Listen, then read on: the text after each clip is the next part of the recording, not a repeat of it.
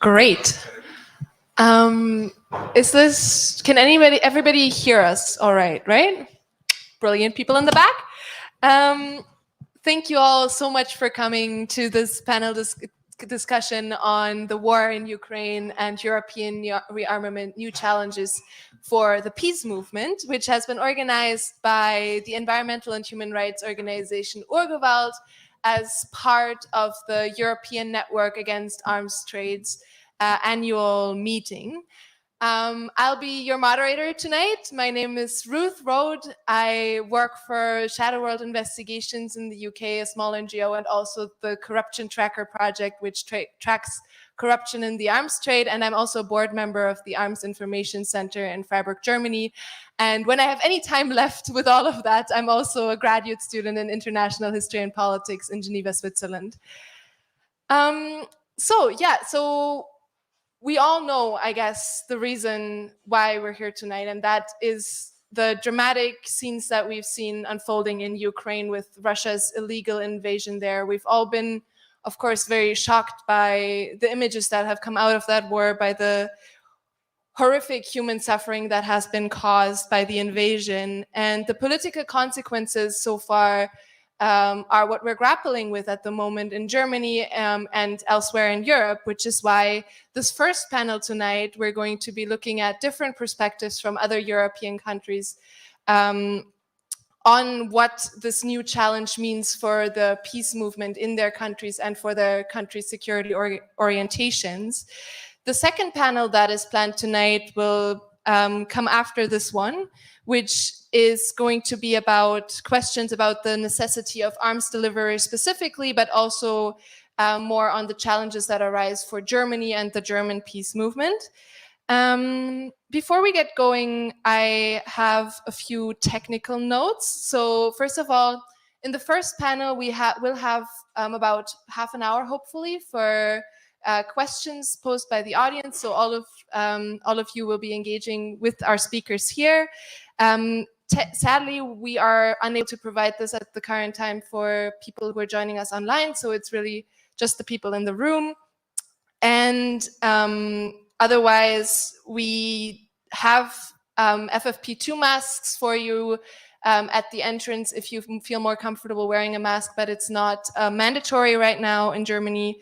And yeah, that's basically all that we have to do in terms of logistics. And I'm very much looking forward to tonight. Thank you all so much for coming. And with that, I suggest we will get started. I'll introduce our speakers very briefly. So right over here, we have Laetitia Seydoux, who is the head of the Brussels office of the European Network Against Arms Trade. Thank you so much, Laetitia, for being here. Then we have Andreas Weibel, who is from the organization Switzerland Without an Army, from Switzerland.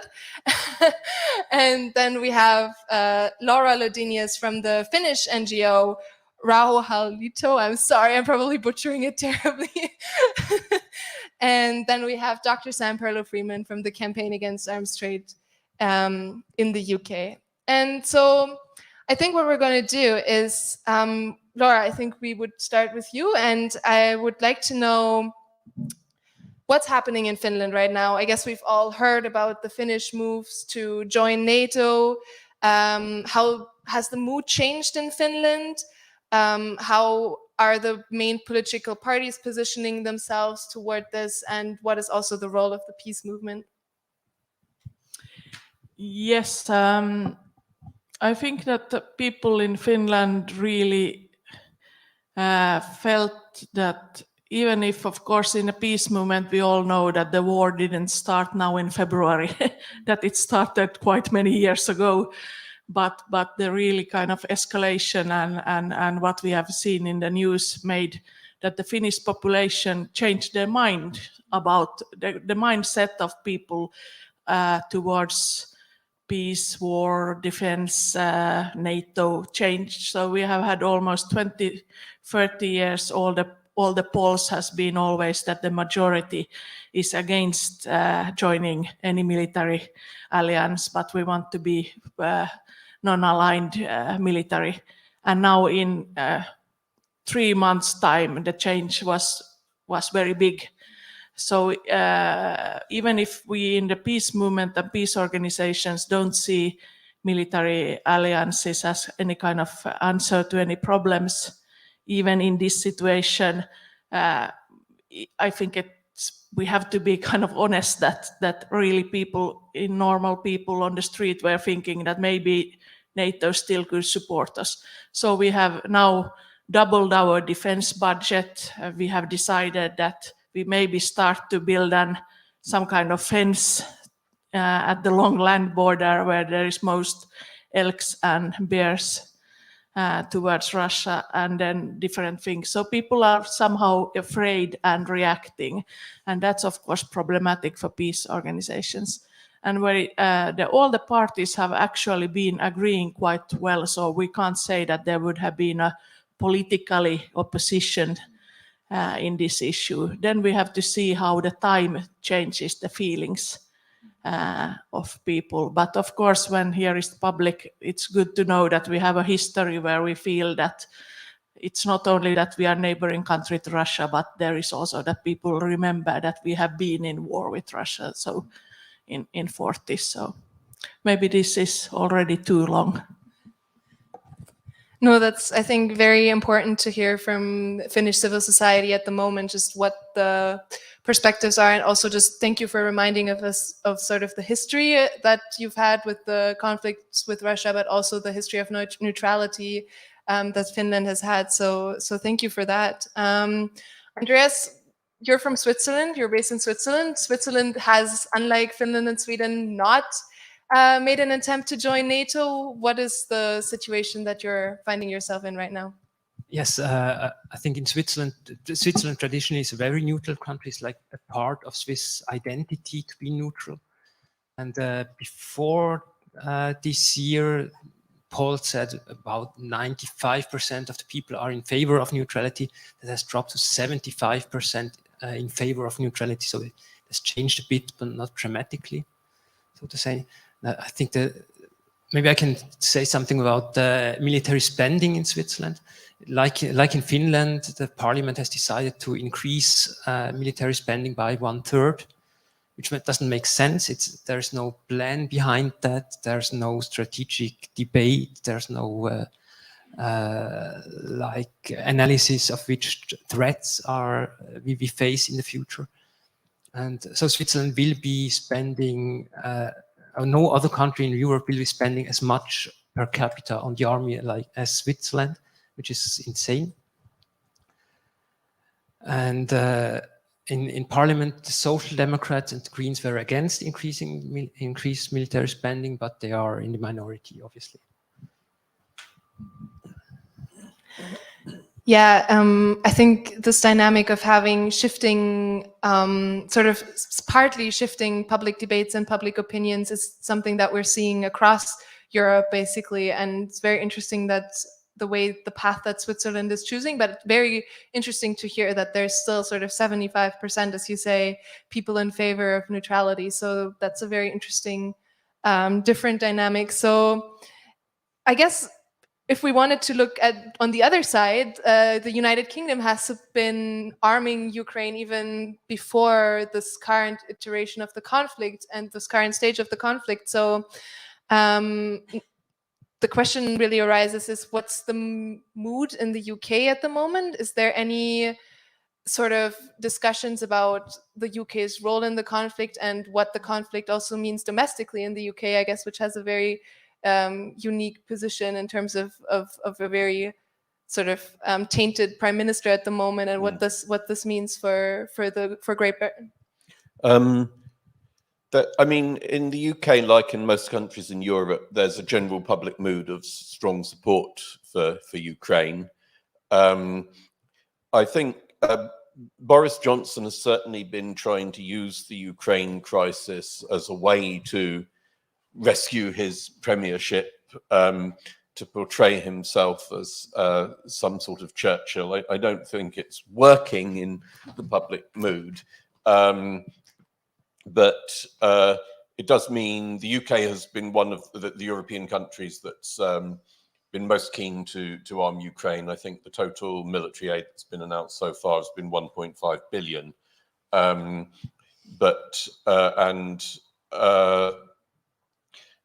of the countries with the most rhetoric of sort of absolute victory compared to other countries such as France, which are more recognizing that eventually that there will have to be some sort of diplomatic solution.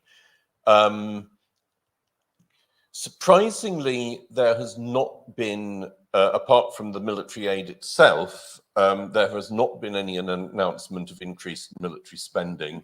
There'd already been a sort of long-term 4-year budget deal, which is seeing military spending increase quite significantly, but there's nothing been announced on top of that. I mean, there's a lot of talk among politicians in both main parties that it should go up, and this is something we think needs to be opposed. And there are voices who question, especially given how poorly the Russian military have performed, just how much that of a threat that really is. But there haven't been any sort of definite announcements of that so far.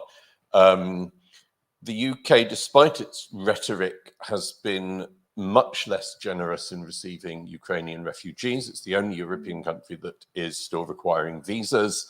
They've got a cobbled together scheme for hosting Ukrainian refugees that puts a lot of the burden on private individuals. There's been a lot of households come forward.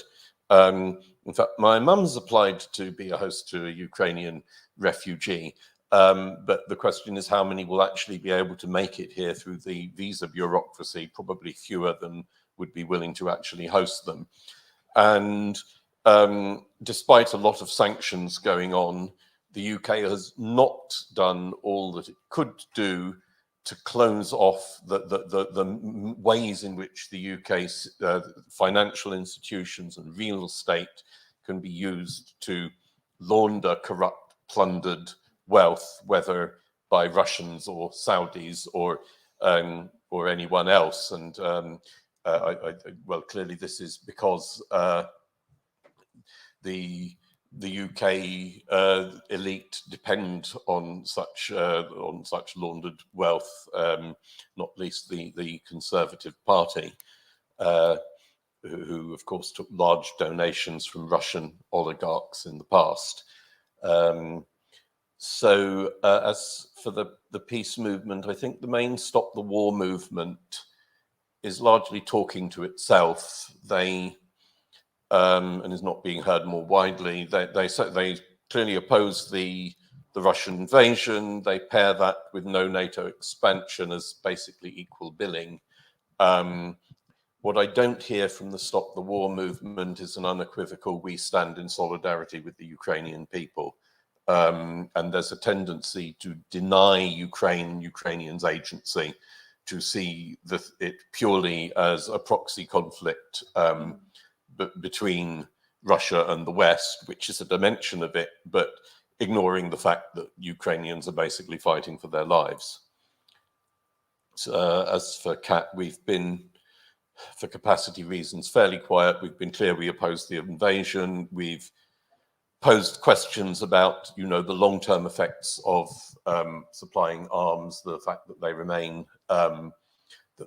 around a long time after the conflict, without stating a clear yes or no to that. But we feel that someone should be, asking those questions about what measures are being taken to stop them ending up in the black market, to stop them causing continual problems decades from now, which I don't see the UK government as being very interested in.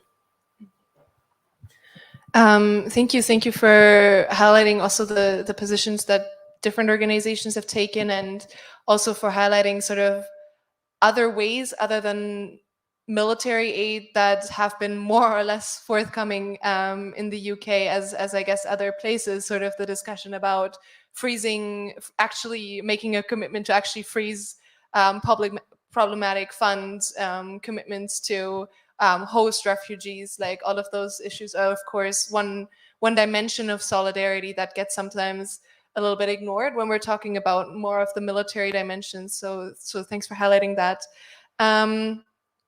Letitia, you're coming, I guess, more from a pan-European perspective. What's your view on what this means for the European Union? I mean, there's been a lot of talk about European Union armament now, and I mean, but this is not a new development, right? We've been seeing things like the European Peace Facility have been building up for years. What are also maybe the sort of more industry influences into that? For example, I was wondering, do we know if the industry is taking any influence on the decisions of how much money is being loaned to Ukraine right now for the purposes of purchasing weapons?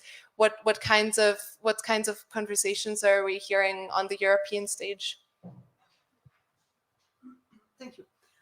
Yeah, we'll probably jump or continue on what Sam was concluding about the delivery of weapons without entering into details, because I think most people know that, yeah, I mean, at EU level, there is this global message saying that about 2 billion euros of weapons are being delivered by the EU.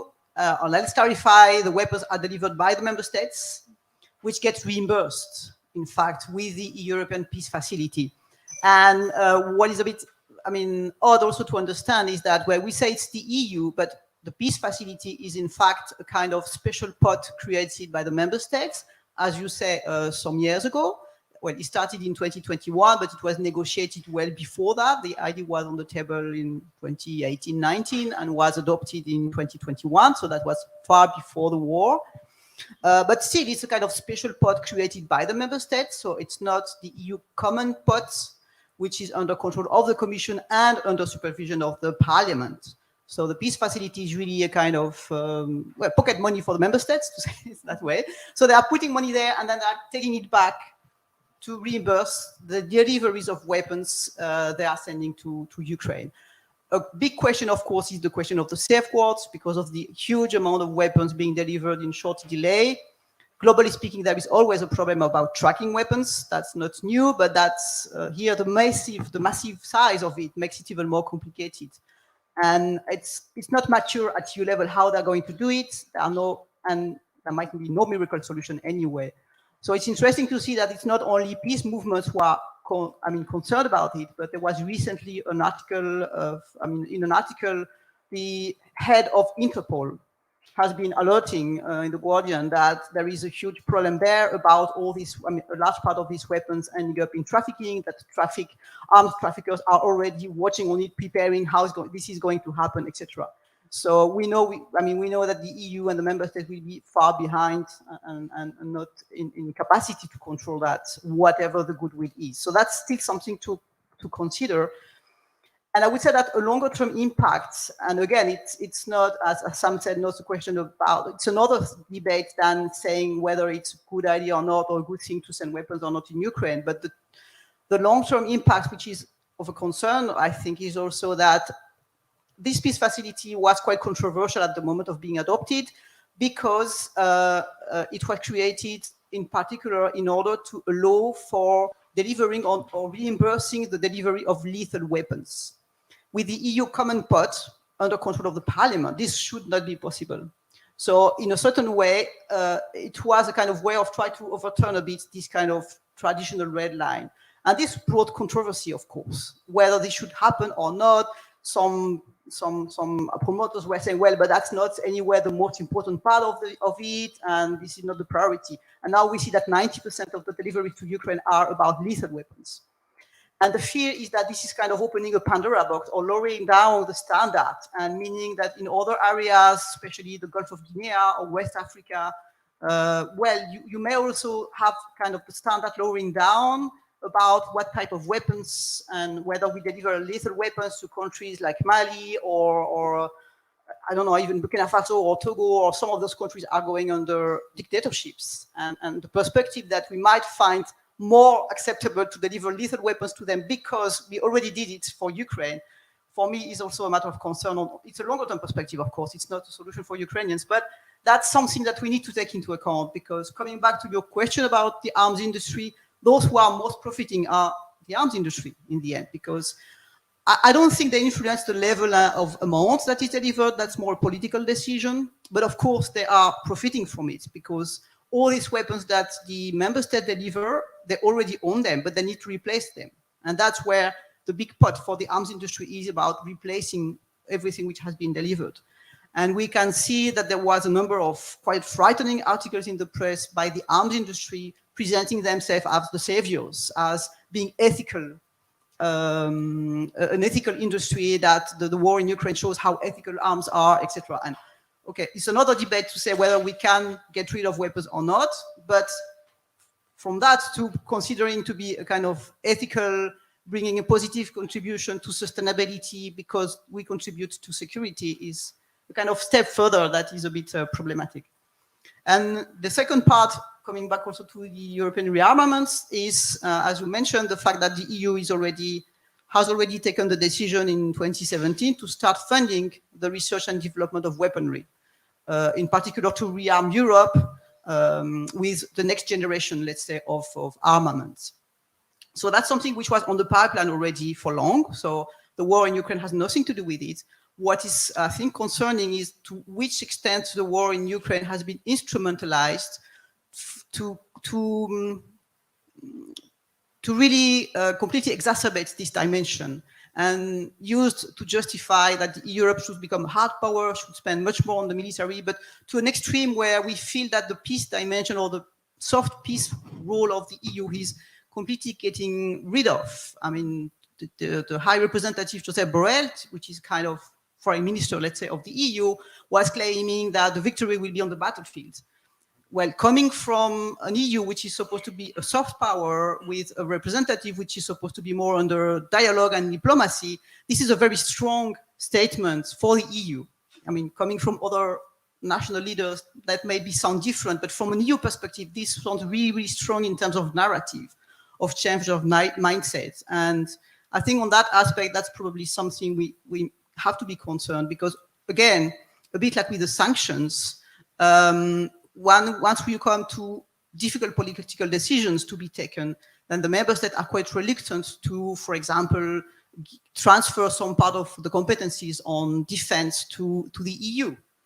But they're very happy to get the money for the armament. So in the end, the lowest common denominator always end up with, okay, let's produce more armaments, let's have more capabilities. But the other dimensions about what for, etc., is not really touched upon with not really significant progress. And that's, again, a part where the arms industry is really benefiting from it. The EU now is putting now 8 billion euros for the development of new weaponry on top of national spending.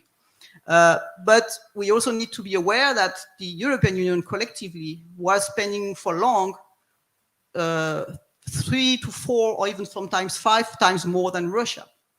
And for long, until very recently, the EU collectively was the second in the world's military spender. So considering that we need to spend even more and even more and even more in order to be able to defend ourselves is concerning, because if we continue spending more, but we think we cannot defend ourselves from Russia, for example, then something is wrong, which is not about money. And this is not really addressed seriously, apart from putting more money and thinking that because of the miracle of putting some EU common money, then there will be motivation from the member state and from the national arms industry to cooperate more. But this is still not happening for the time being. Yeah, thank you. And is my mic on? Yeah, sorry.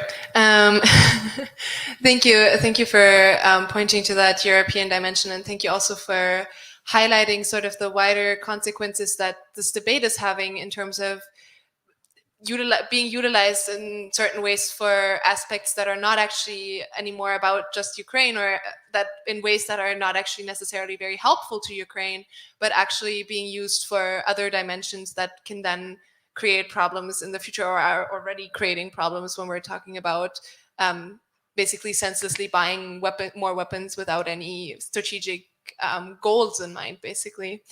So thank you all for your first sort of inputs and statements. And I would now kind of like to open it up to the room. If anybody has any direct follow-up questions, direct thoughts, comments, Barbara here has a microphone just with your name on it.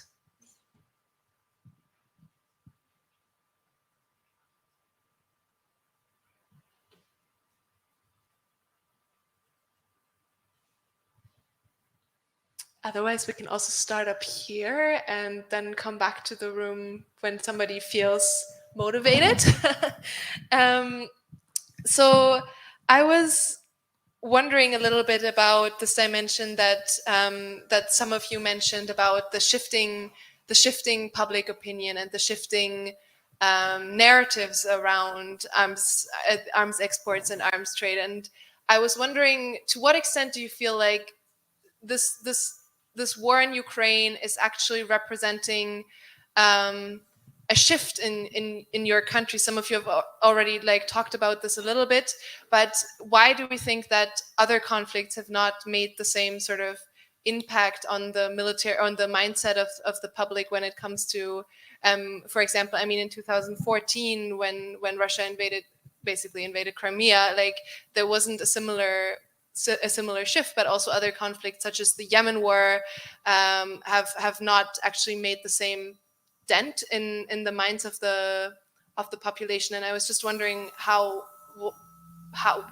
what do you connect that to? Or are we getting a little bit of feedback?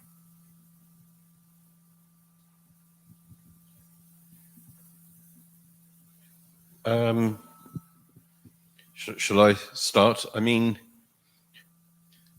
it's certainly true that conflicts like the Yemen war have received far less attention. It's a combination of factors. Undoubtedly, racism is a part of it, as well as in the different attitudes to Ukrainian versus, say, Afghan or Syrian refugees. I think that's abundantly clear, both among the public and among the media. It's also a matter of, you know, this is such a bigger geopolitical event, an actual, you know, invasion of another country by a major power in Europe. And it's also a matter of, when the media decides something is important, then it becomes important. So that there's a variety of reasons why Ukraine has just been so much more in the news than any other conflict.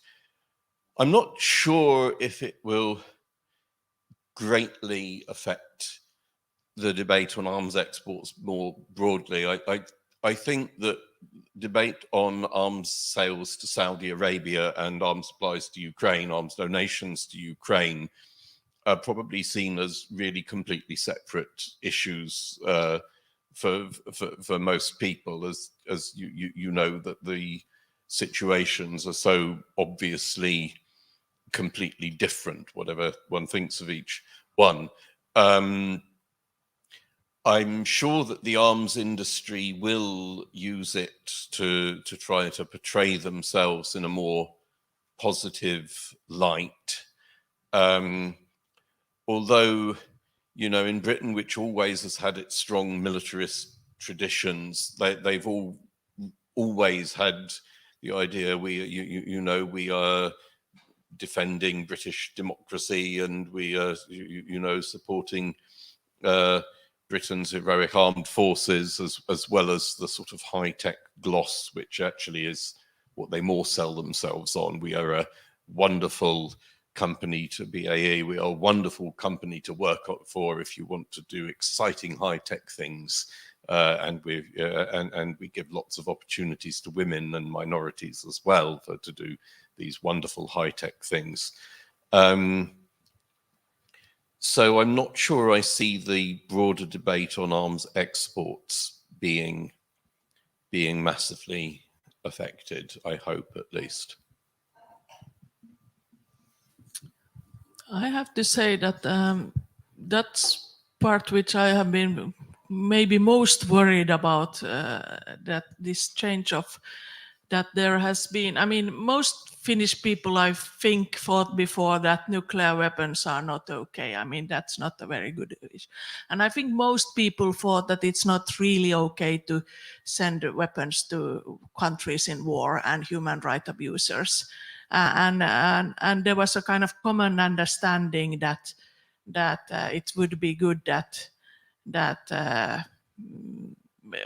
most of the issues that peace movement think is really what we have been working is so that people have maybe thought that it's a practical, very difficult to achieve them, but they are good goals. But this has changed a little bit in Finland. I have to say there is quite many social democrats, leftists, Greens from progressive movement who say that they were wrong, that they are actually now thinking differently, that it's good that there is nuclear weapons because otherwise Russia would use it and we wouldn't have anything. They said, oh, if we are not allowing arms trade to countries in war, what if Finland is in war? Do we think that Britain shouldn't export to Finland when Finland is under attack? And that's coming not from the kind of militaristic right wing, but it's coming from the kind of progressive people who have been before in the peace movement. So this is a part, I don't say that everybody has changed, but I say that there is some mood change which comes from fear. And that's a worrying thing. But it's, of course, it's very difficult to say, is it going to stay very long time? We know all that we are campaigning people, that nowadays momentum for issues is very short. Afghanistan was interesting for 2 weeks and Syria was almost a half year. And I mean, it really, I mean, we already see that the momentum for the Ukraine war is starting to fade away from the public interest.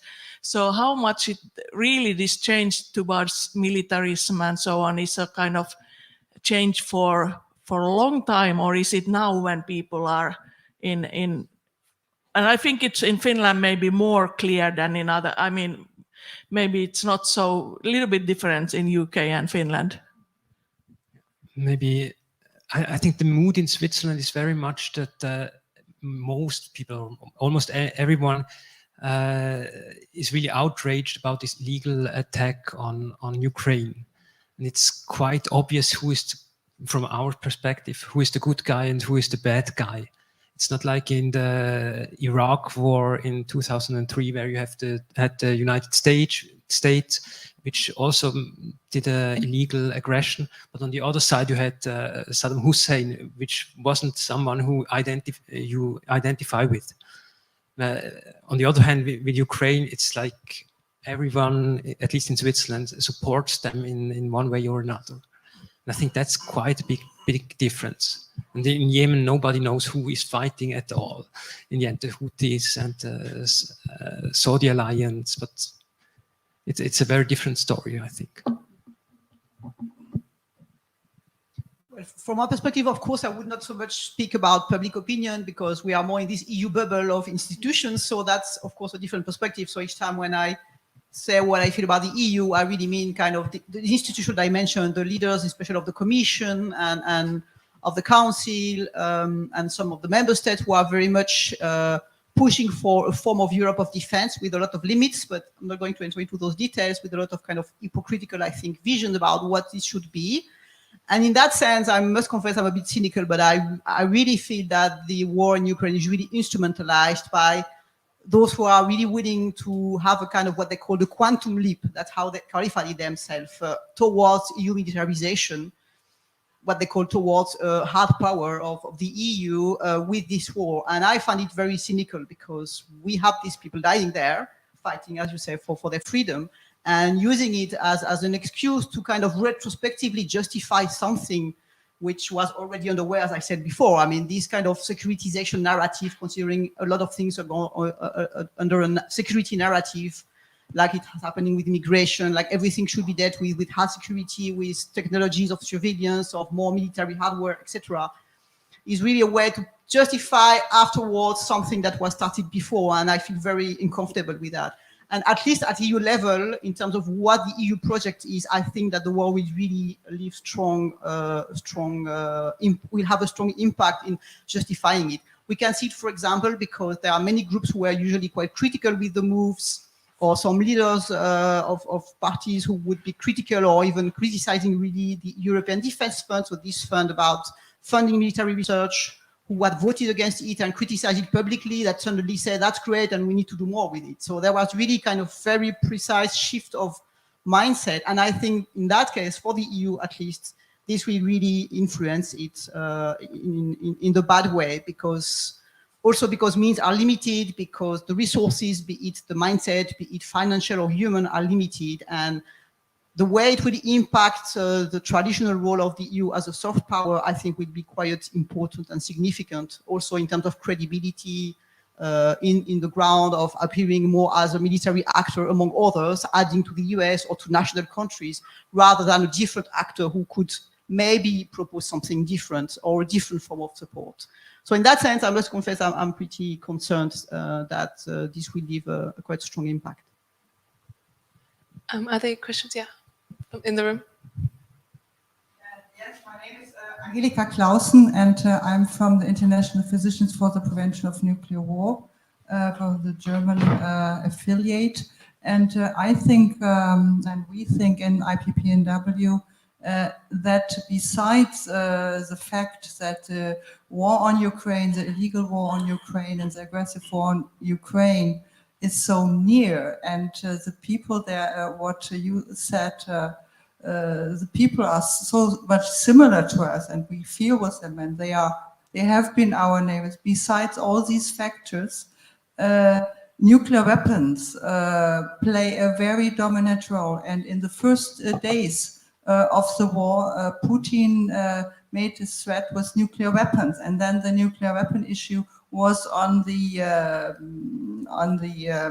agenda again, especially in Europe, that a nuclear war can be fought in Europe. And these nuclear weapon states, and Putin also did it, they set in January this year these 5 nuclear weapon states in the UN, the former nuclear weapon states. A nuclear war can never be fought because it can never be won.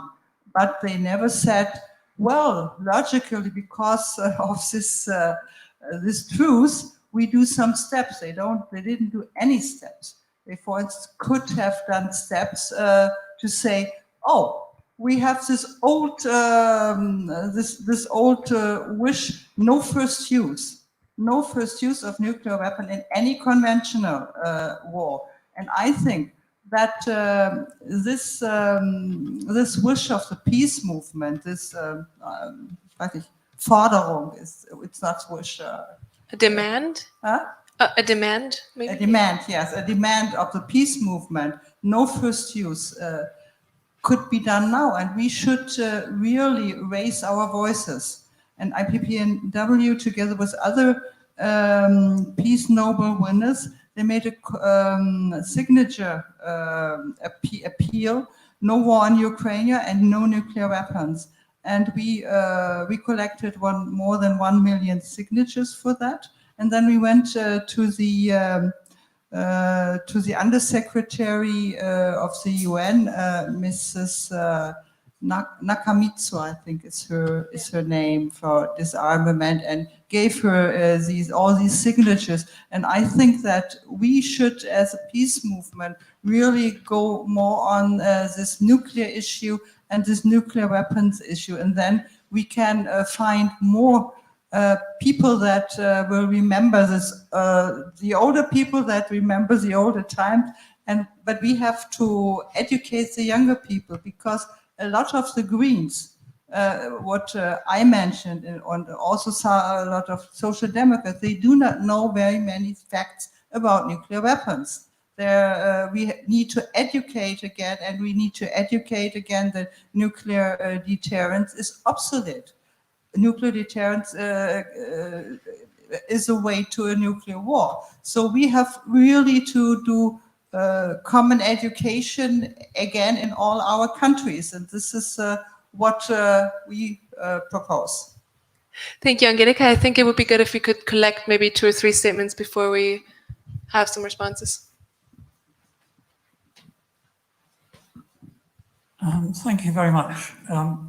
I'm a bit disturbed about this sense of isolation, in the sense of seeing the peace movement by itself and seeing the Ukraine war by itself, not linking it up to what seems to be manifestly taking place, a redivision of the world. And there's been a statement several times going around that Russia was a problem. Of course it is. It's an inter-imperialist problem. Russia is imperialist, just as the United States is. And I really cannot understand how you can put it in any solitary way as you're apparently doing at the moment. And I really find that very disturbing. As well, to point the finger purely at Russia with regards to the eruption of a nuclear problem is, I think, pretty historically poor, given the role in recent years of the United States and its positions with cruise missiles very close to Russia. This was clearly provocation, but it was also the case. I'm not a defender of Russia. Russia is an imperialist nation. What we're seeing now is a redivision of the world. Pretty soon China will be involved. It is involved already. Turkey's been involved. Russia has been trying to get the Eurasian states together. You need a larger geopolitical framework, and I haven't heard anything being articulated.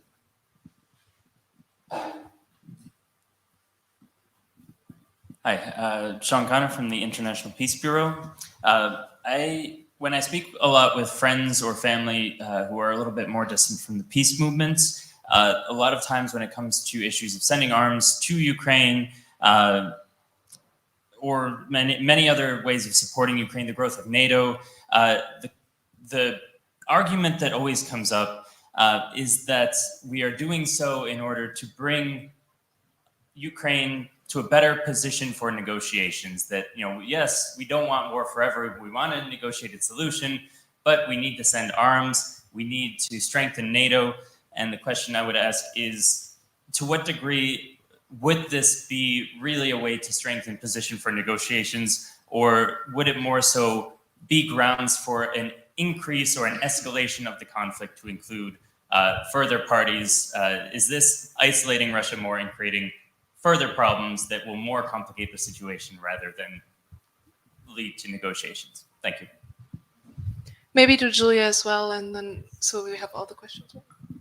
Thank you. Hi, I'm Julia Aftenrinke. I work with the Corruption Tracker. So I have two separate questions in a sense. I hope you will allow it. So one being, with the distinction between civilians and combatants kind of decreasing in Ukraine, is there any discourse in your countries on a European level on how to actually protect civilians in that context, since it kind of also gives a lot of ammunition for kind of a diffusion on the conflict and less protection for civilians? So this is kind of question one. And then also in regards to your national debates, but also on a European level, I'm wondering if there are active conversations around policies and regulations on how to actually address the issue of arms diversion. Also in the context of it being very kind of diffuse between civilians and combatants, and also just for the region in general in the future. But if that's at all addressed within kind of the increase in military budgets. Thank you. Thanks. Just to let the panelists know, we have about 10 minutes if we can make it. But so you have a choice basically between centering nuclear weapons, getting the geopolitical dimension into the picture, and also sort of, and then of course Sean's point about getting to a peaceful solutions through weapons, or to what extent it actually helps in negotiations. And then Julia has two questions about the impact on international humanitarian law, the protection of civilians, and I'm sorry, I forgot your second point right now. And arms diversion, policy proposals on arms diversion, exactly. Who wants to give it a shot? We go the other way around, so I don't forget the questions. But I will not take all of the 10 minutes. I will try at least. I'll have to be very brief because there are many questions and are all very important. On the global perspective of global powers and rivalry, I would speak more on my behalf, I would say personally, because that's way beyond the mandate of ENAT anyway. So just take it as my personal opinion, but I do think indeed that these conflicts, whatever indeed the clear invasion by Putin to a country with absolutely no justification possibly admittable, definitely this is a war that is part of this context of global rivalries. And the truth is that since the fall of the wall of the Soviet Union, the West, who was dominant, didn't do anything to change the rule of the game. We maintained a unipolar world dominated by one global power, but that doesn't change the rules of the game. And of course, we could speak hours about the double standards of the EU and member states and the US, which completely decredibilize on top of it this global superpower. So definitely it was unavoidable that one day or another a war would come. And probably that people were, at least at the EU, it seems that they were more expecting that coming from China, and they were not really expecting it from Russia.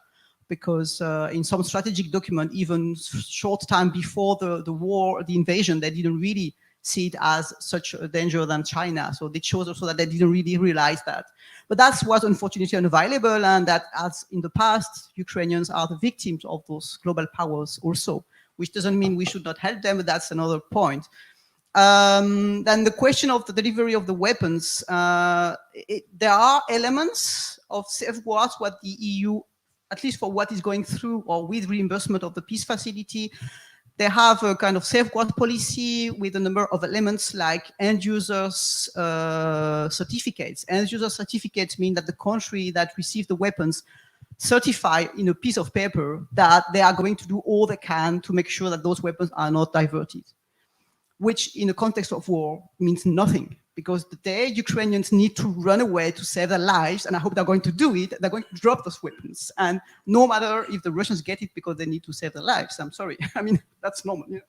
And so it's just impossible in a conflict situation, I think, to really control that. Even in non-conflict situation, who's going to control that after 1 year, 2 years, 3 years, 10 years, 20 years for some weapons who can have a 15 years long life cycle? Who is going to continue controlling where those weapons are? So it's materially almost impossible.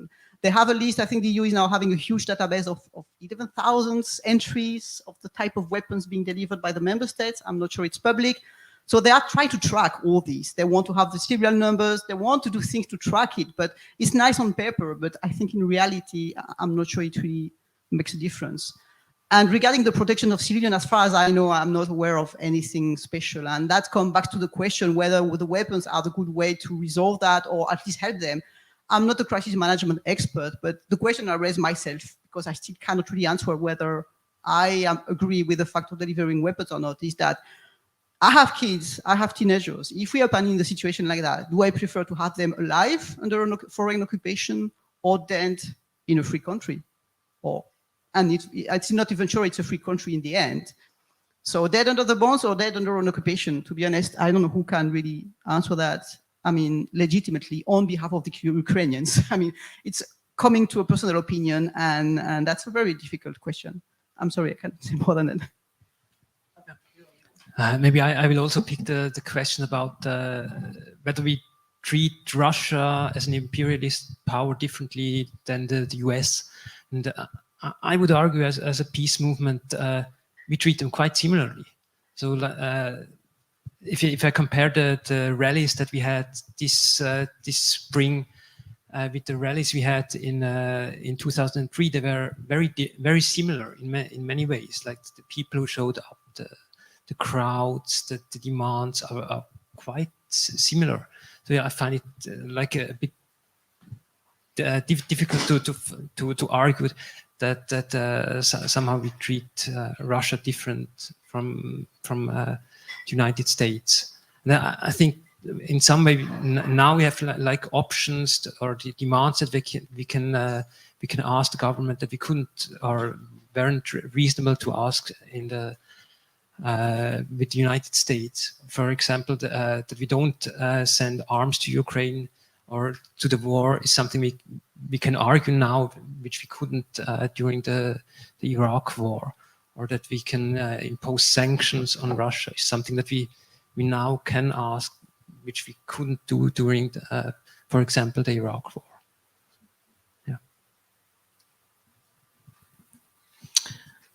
I think it has been very difficult to be in so clear pacifist that you really say that the Ukrainians don't have the right to defend themselves. And in somehow it's an implication if we say that nobody should sell them or give them any weapons. So I would be very happy if I would be so clear pacifist, but I have had my small personal doubts what to answer to that question. The UN Charter, which we always refer to, says that you are not, the war is forbidden in the world, but you are having a right to self-defense. So that's why where peace organizations that have been a little bit divided, like here came how we. But I think that we still can argue very strongly that it's our duty to see what's happening then with the weapons and how the diversion, etc. Even if we are not all of the same opinion, what kind of weapons should be or should not be sent there. But we can still say that anyhow we are responsible what is happening, and also all the humanitarian aid and taking the refugees and helping and supporting Red Cross with the corridor so that we get out people, etc. So there is so much. Otherwise, it's not actually. We don't have to take kind of freeze to the question of weapons support to Ukraine or not. There is so much otherwise. But it's really, I will say, it's really worrying. I mean, they are giving man pads to 80-year-old women to defend the village, etc. So there is no kind of system. They give weapons to everybody, to small children and old and anybody. So I mean, it's really worrying how it goes now. But that's of course also, I would say that Finland has a conscription army. So in our kind of culture, it's not seen as very strange that kind of every man has it's a little bit like the Swiss system, that it's a little bit different in Finland, but we don't see that it's only kind of professional militaries who have kind of a right to have arms, but there is a tradition of, so we don't see it's a very strange what we see from the news.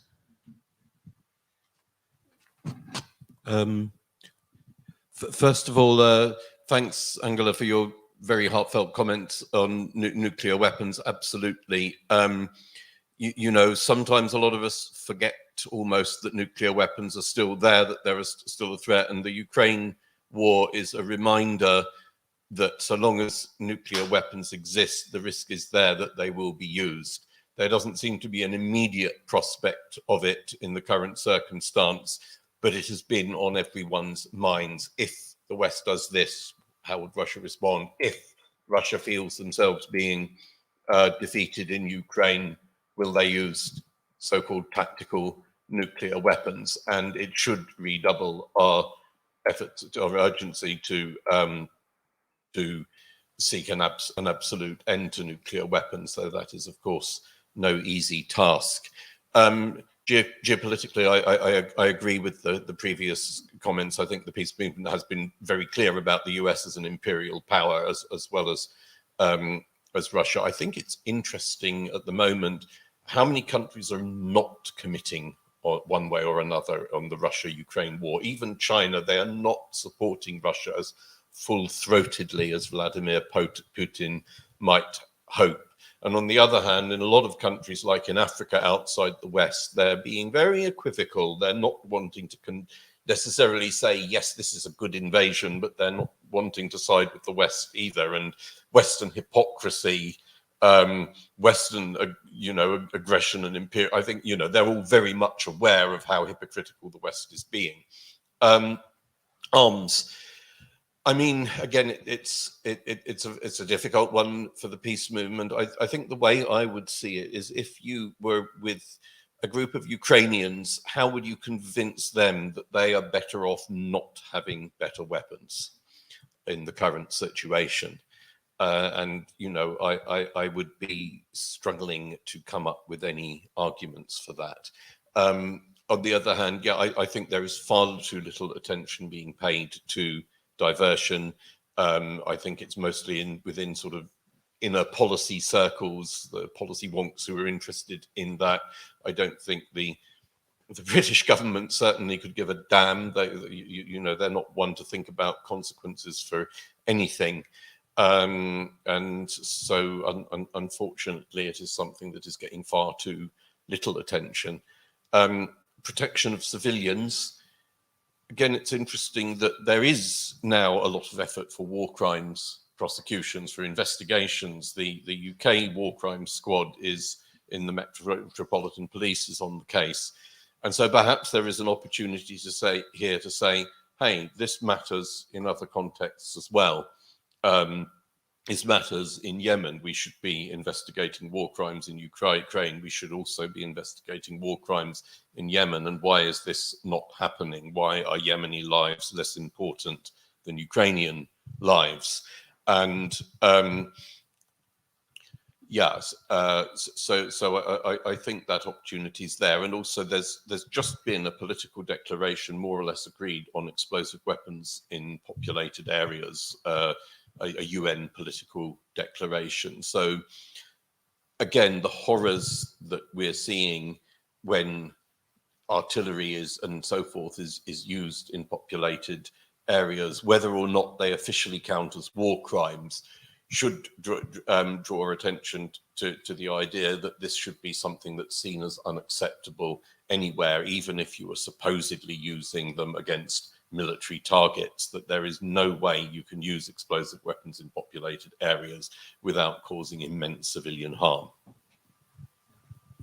Thank you all so much. Thank you also for the really interesting questions, and we will definitely have a chance to discuss them further in the second panel. I think one thing that I am taking very much out of this panel is, on the one hand, there is this very sincere discussion in the public domain as well as in the peace movement about what the right choices are, about the war on Ukraine, about arms exports into conflicts, the Ukraine and others. And I think what has also been highlighted in this discussion is that just because we don't all speak with the same voice or think with the same mind on this, even within ourselves, we might find a lot of division on these topics, that we still have a role to play as a peace movement in calling out the militarization that is coming along with it, the securitization, the using of the Ukraine war for other purposes that are not necessarily helping Ukrainians at all,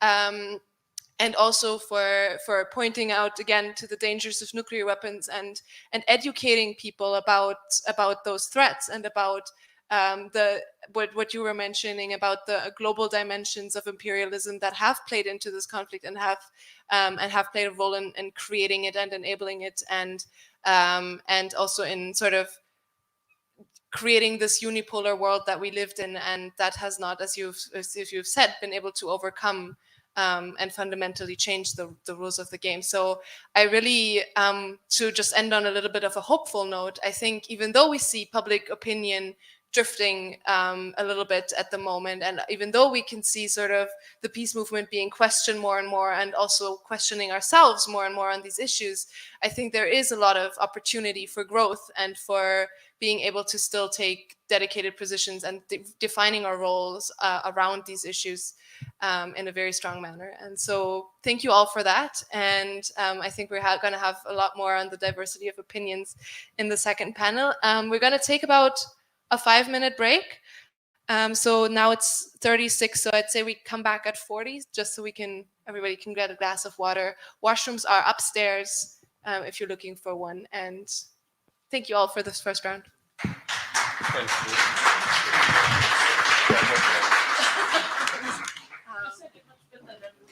you.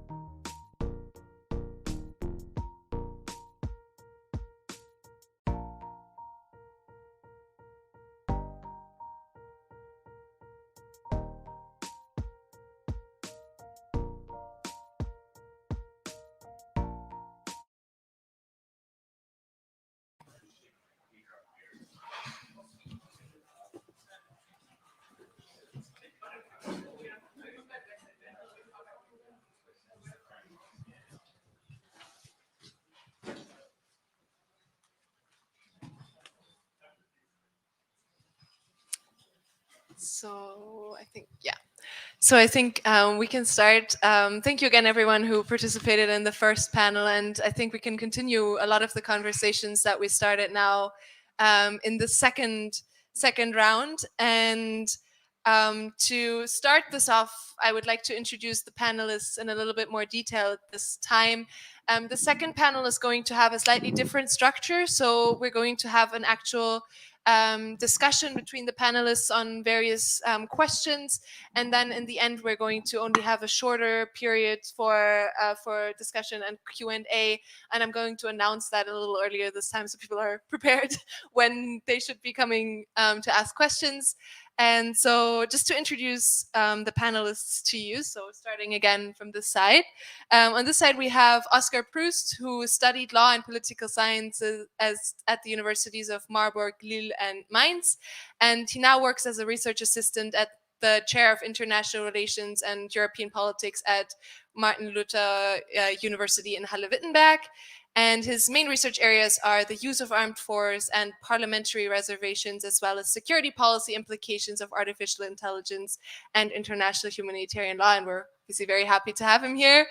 Then we have Jana Mirogatska, sorry, who was born in Kiev and has a master's in European studies from the University of Leipzig and is currently pursuing a PhD.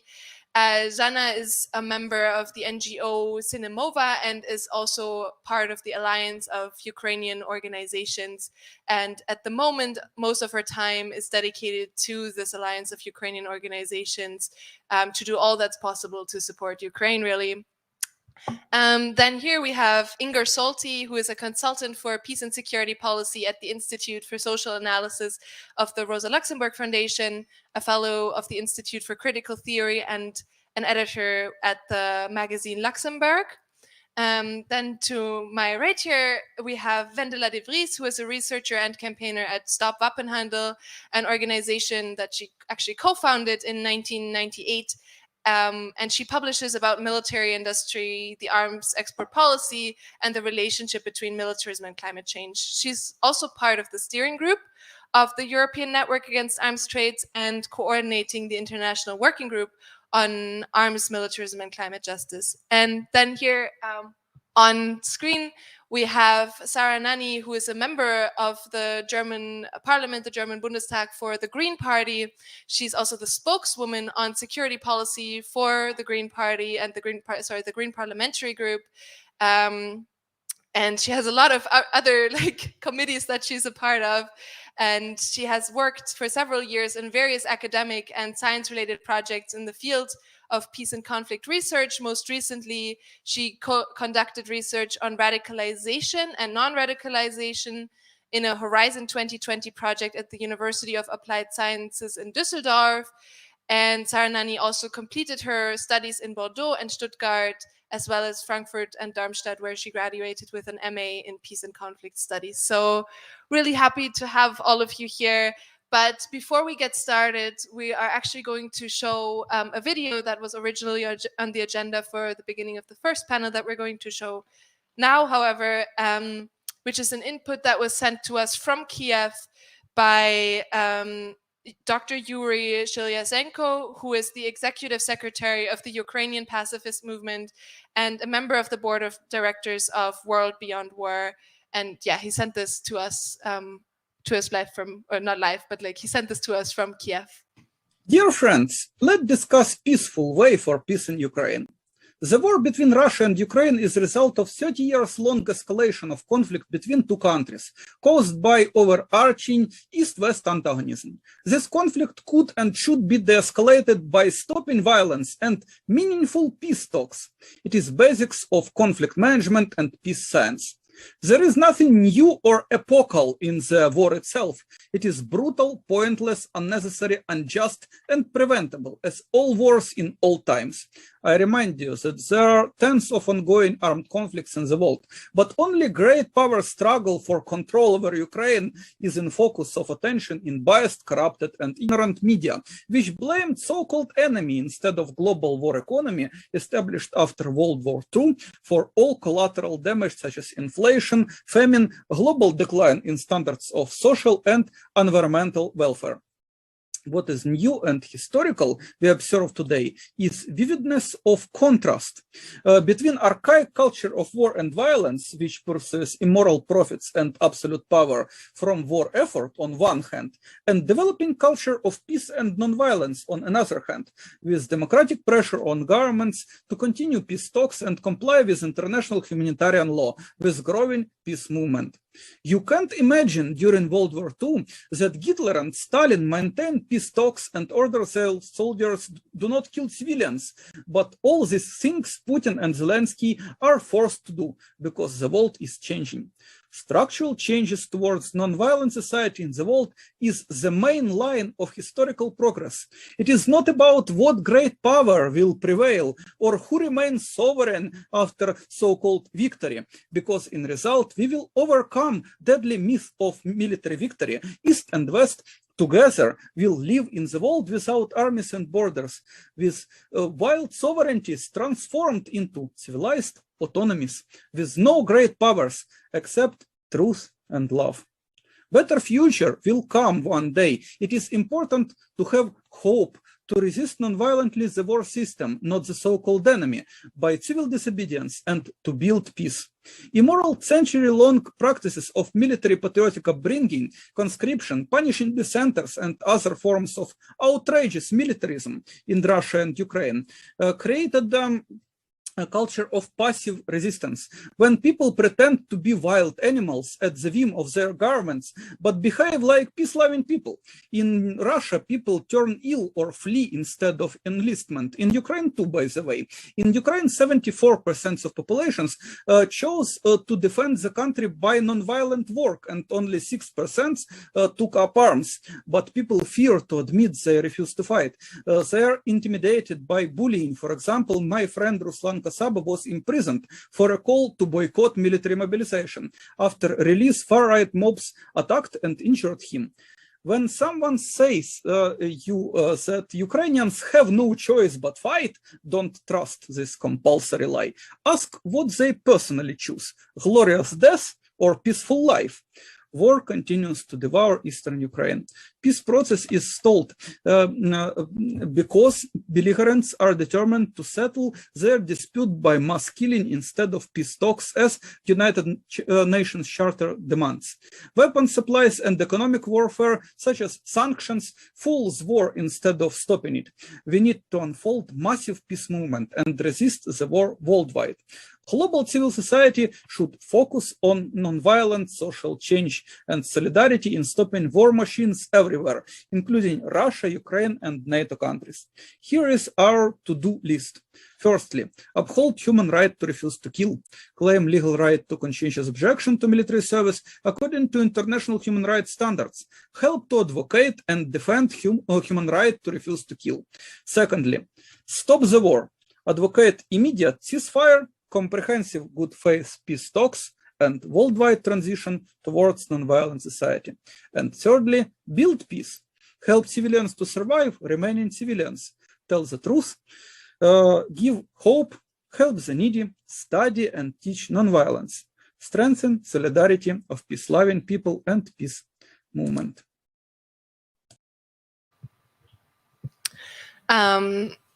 We thank, of course, Yuri, for sending this statement from Ukraine. And so the first of our panelists who I would like to invite to tell her a little bit about your own personal story, Jana, if you would like to.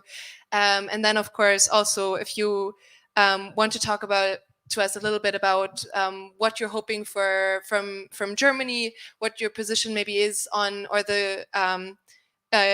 what your position maybe is on arms exports as well, since that's mostly what we're talking about. And of course, how you think maybe that arms exports can contribute to peace or not contribute to peace, in line sort of with what Sean was asking about before.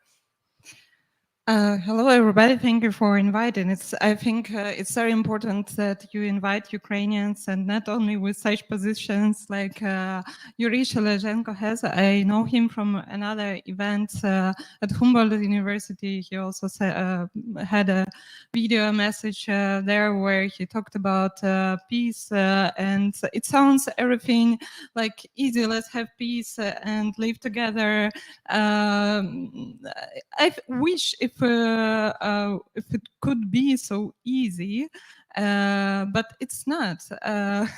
We should face the reality that peace talks with Russia are impossible, and we tried this since 2013, and we know that the war in Ukraine, the aggressive Russia's war against Ukraine started in 2013, and I always stress that, and it was not a civil war as a lot of people, especially in Germany and other countries, say.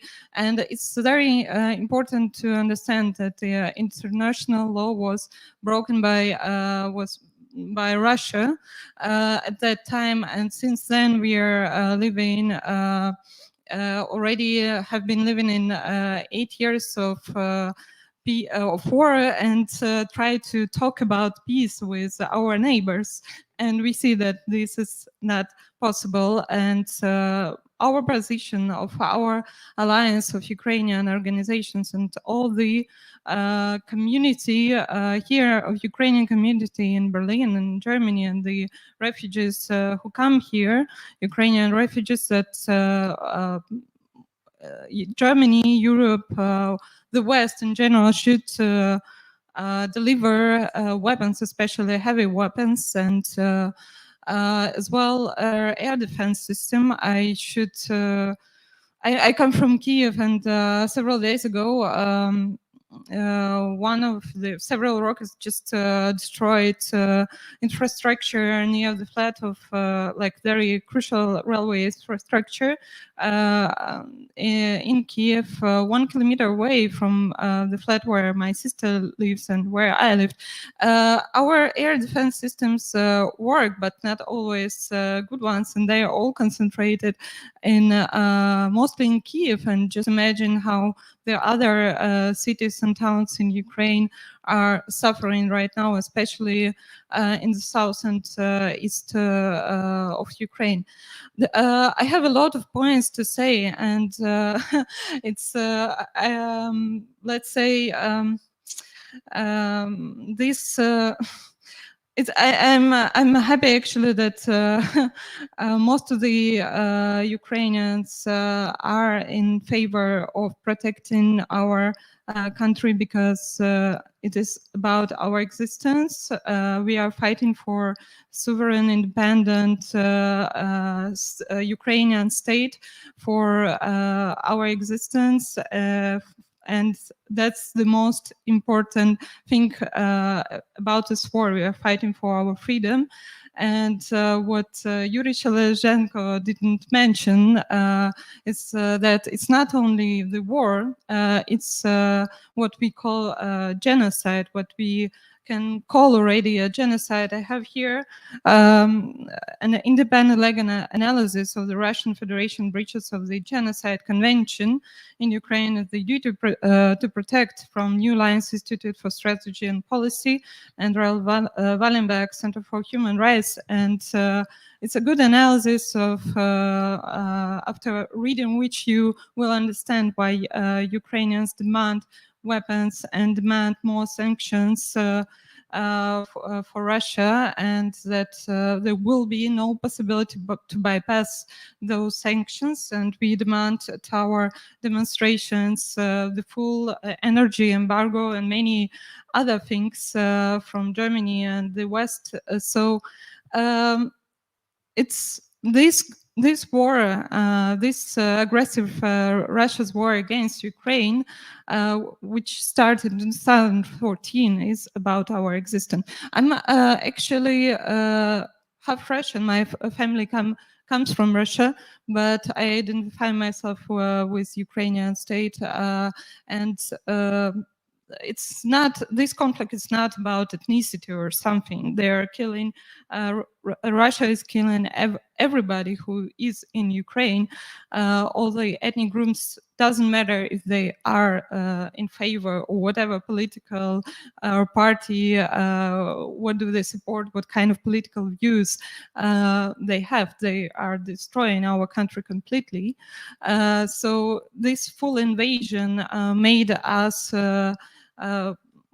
we are like now so much more united, and we created this Alliance of Ukrainian Organization, which consists from 10 organizations here in Berlin, and we speak with one voice for Ukraine. We represent Ukrainian interests in Berlin and in whole Germany, and I would say that this movement, this Ukrainian movement, which was joined also by hundreds, thousands of refugees, is right now the biggest peace movement here in Europe. Thank you. Yeah, thanks, Jana. Like, as you said, like a very different perspective, basically, from what Yuri was saying, and thanks for highlighting that in this context. And obviously, I think it's very important to have different perspectives here. And so, thank you very much for bringing that and for coming.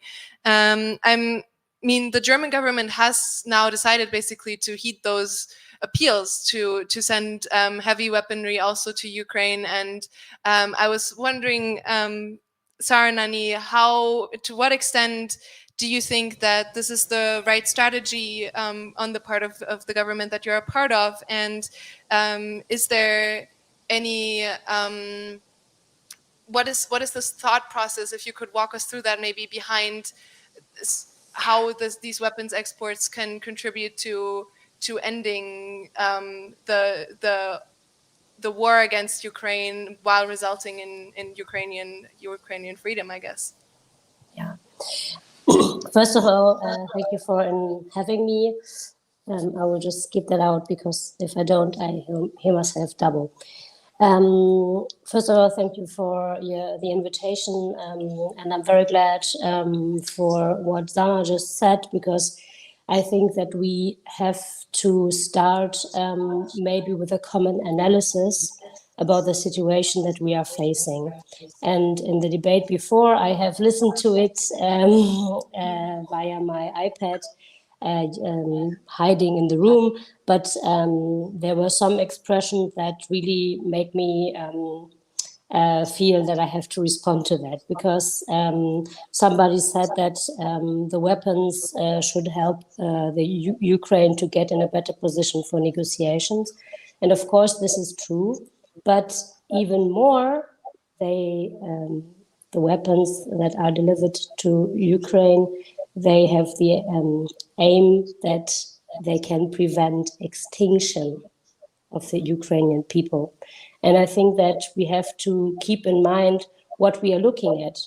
This is not a conflict between two countries, and this is not only an aggression from one country against another country, but this is also an aggression where, besides the wish to gain more territory that Russia definitely has, there is this absolute will to eradicate the Ukrainian identity itself.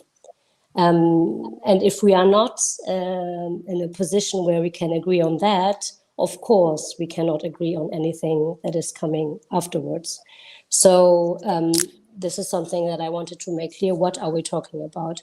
And of course, I mean, as a member of the Green Party and also myself, you mentioned my biography. I was dealing with arms export in my master's thesis, how the government justifies arms export to Saudi Arabia.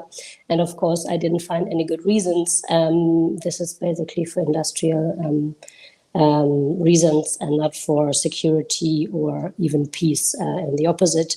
We know that most arms exports that are coming from Western countries, I mean, in Europe, we have Germany, we have Great Britain, we have France, who were exporting arms to countries, to conflicts. and these arms are worsening the situation. But here we have a completely different situation, because this is not like disputed territory where, from a international rights perspective, you could not really say whom the territory goes to, but it's like a P5 country, Security Council member, permanent member of the Security Council, foundation of the post-war era, nuclear state, who, under the umbrella of the nuclear threat, tries to gain another country's territory in a conventional way. So, of course, the right to self-defend itself from Ukraine is very, very easy to understand in this situation. So, of course, we have to support a country that has been under attack in this way, with all the weapons that are legal. Of course, we don't want to sell biological or chemical weapons, of course not, but all the weapons that are legal and all the weapons that we would use ourselves in order to defend ourselves against an aggression, we should deliver to Ukraine if we have them or can produce them, or if we don't need them in our own military. So I think that a basic problem that also me personally at the moment, because this is the issue of the discussion today, what about the peace movement now that we have Zeitenwende, is that we don't have the same analysis of the situation. And maybe we should invest more time in what is happening. So then maybe we can agree about what kind of tools are adequate and which aren't. And just let me single out one last thing. Everybody wants to stop the war, but how can we do it? And is there a mean of coercion other than military that would be effective? If you know it, tell me. Okay, I will support anybody, but I haven't seen anybody who could tell me. Thank you so much, and thank you also for being here. And I think it's really important to highlight this, the fact that there is a need for a common analysis of the situation to some extent, and also just being very clear about where you see the sort of discrepancies in the analyses that we have. And I think that's a very productive approach to the situation. And in the interest of time, I'll just move on to Oscar and ask you, because peace and conflict researchers also in Germany have come to quite different conclusions about arms exports and what they can do to end the conflict, and to what extent they are risking escalation or risking the destruction of Ukraine or prolonging the conflict in other ways. So I'm wondering about your perspective on this. Yeah, thank you. Thank you for having me. And I think in political science we can identify. Excuse me, is this mic working? Yes. Yeah. Okay. In political science, we can identify that balancing strategies, like Ukraine tried it in the last 8 years, can backfire and exacerbate the situation that exacerbates the security dilemma. And I think that is what is happening right now. The question is, are these yeah, or maybe okay. Yeah, okay. The question is, are these arms trades necessary to end the war? And I would say partly yes. It's like Ms. Nani said, they do strengthen Ukraine's military stamina and thus enforce the right to self-defense, and that is absolutely right. But they also thrive in the dynamic of the conflict that is likely to escalate, because we already heard it before from the audience. I mean, and you said it.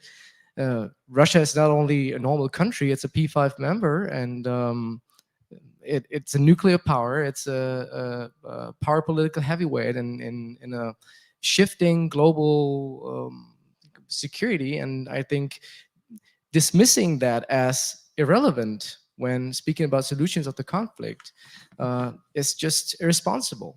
And so we have to talk about not negotiating for Ukraine, but negotiating in terms of a mediation. I think NATO and its partners should mediate this process to come to an end of, or at least a solution, because in the end we have to respect some interests that Russia has in the Ukraine, even though we don't respect them. But I think if we don't do that, it's probably it's most likely to perpetuate the war. So the arms trades are most likely to perpetuate the war, and it won't come to an end. So what can we do? What else can we do? I say we can do something else, and not only because the Ukrainians are absorbing the Western weaponry faster than expected due to lacking maintenance capabilities, but also because the situation right now is not likely to come to a solution in the next, I don't know, 3 months to 2 years. I've read different analysis, but I think that's why the West, the West, NATO and its partners should more strongly work on a mediating process. I can come back to that later, but a mediating how that should work, but a mediating process in which we try to exchange conversations with the Russians to see what their interests are, without giving them immediately everything they want, but only like a mediation process in diplomacy is, after my view, a crucial point of the whole process there. And that's not happening right now, so that's the problem. Thank you for bringing that in, and also the first parts that you highlighted about certain parts of the debate that are maybe a little bit more in the focus than others, and dismissing other parts of the debate. I think that's crucial, and also what you said toward the end, and sort of what are the alternatives, basically, or how can we actually participate in a constructive way toward ending this conflict. And I also wanted to pose this question to you, Ingar, in Germany, the debate is very heavily focused on arms exports to Ukraine. And so my question is this the most effective way? Is there something we can, or like that you could offer Ms. Nunny now that she has asked specifically for it? Yes, I can, and I will. But I think it's useful to start with the kind of analysis of what is going on. And I think that, like, I agree with Mr. Proust that the assumption, or that the demand for sending arms is based on a fragile assumption. Namely, that sending arms is going to end the war and stop the bloodshed, because those are the two challenges that politicians have at this point. Number one is to stop the bloodshed as soon as possible, and number two, to prevent the war from escalating in Ukraine and beyond the borders of Ukraine into like a third world scenario with nuclear powers. And I think that the fact that we're even considering the possibility of the last scenario shows how dangerous the situation is. And those scenarios are very realistic. I mean, like, you can write them down in like 2 paragraphs what needs to happen. I mean, if there are American and British as trainees, or like military trainees in Ukraine, like, it only takes an airstrike. And then we are in a spiraling of escalation that is hard to control, because, like, you need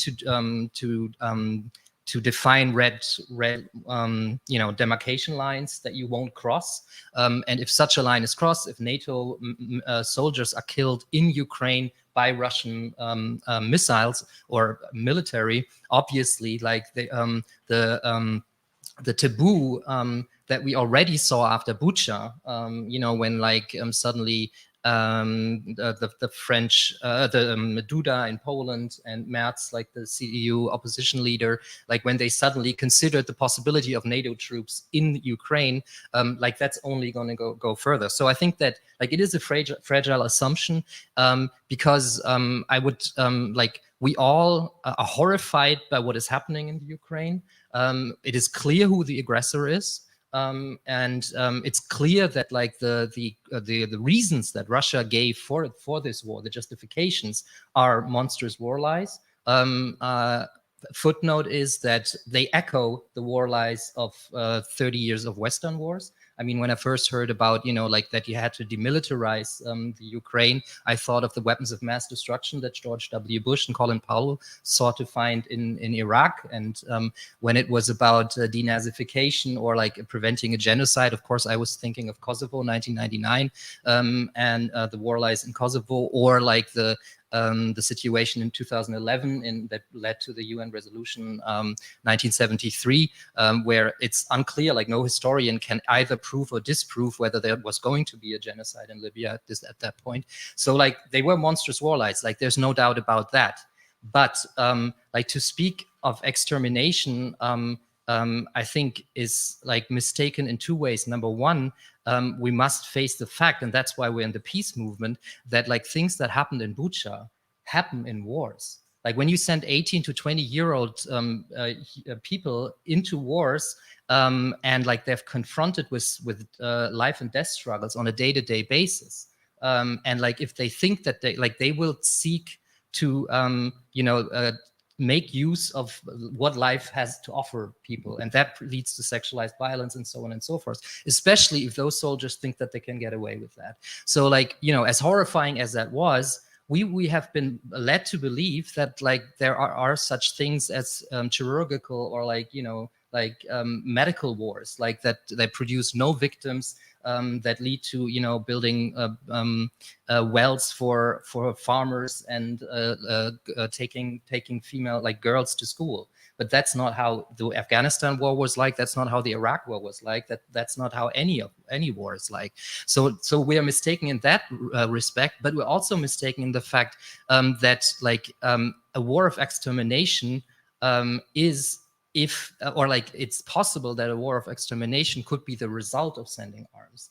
Because if you send arms, like it's like the scenario that I see is that all or the Ukrainian government and the Russian government involved will use all the weapons that they have, and Russia is not using all the weapons it has. Like we'll see thermobar weapons, we will see tactical nuclear weapons, like all being applied in the Ukraine, especially if the Russian government considers the war to be a defeat. So I think it's a very, very dangerous situation, and we have to face it. And so that's why I think that what Habermas called the moral blackmailing, that if a country is under attack this way and there's a clear aggressor, we have to be reasonable and think it from the end point backward, and think how it is possible that sending arms is going to escalate it on the back of the Ukrainian people, especially if the war aims of the Europeans and the Americans diverge so much. I mean, the Americans are ready to fight this war till the last Ukrainian. And this is like, of course, like it cannot be, it must not be the interest of European citizens, like in the Ukraine and in Eastern Europe and in Western Europe. So like that is something that we have to think about. And like there are other ways of enforcing like diplomatic relations. And like one thing is that we're not like we implemented sanctions, for instance, that attack not so much the poorest Russians, because like there are subsistence farmers in the Russian hinterland. They heavily target or attack or hurt the lower middle classes and the middle class, the wage dependent middle classes in Russia. But like we don't have sanctions against like the oligarchs. And one thing that we should do and could do is, like, for instance, find out like who owns Berlin.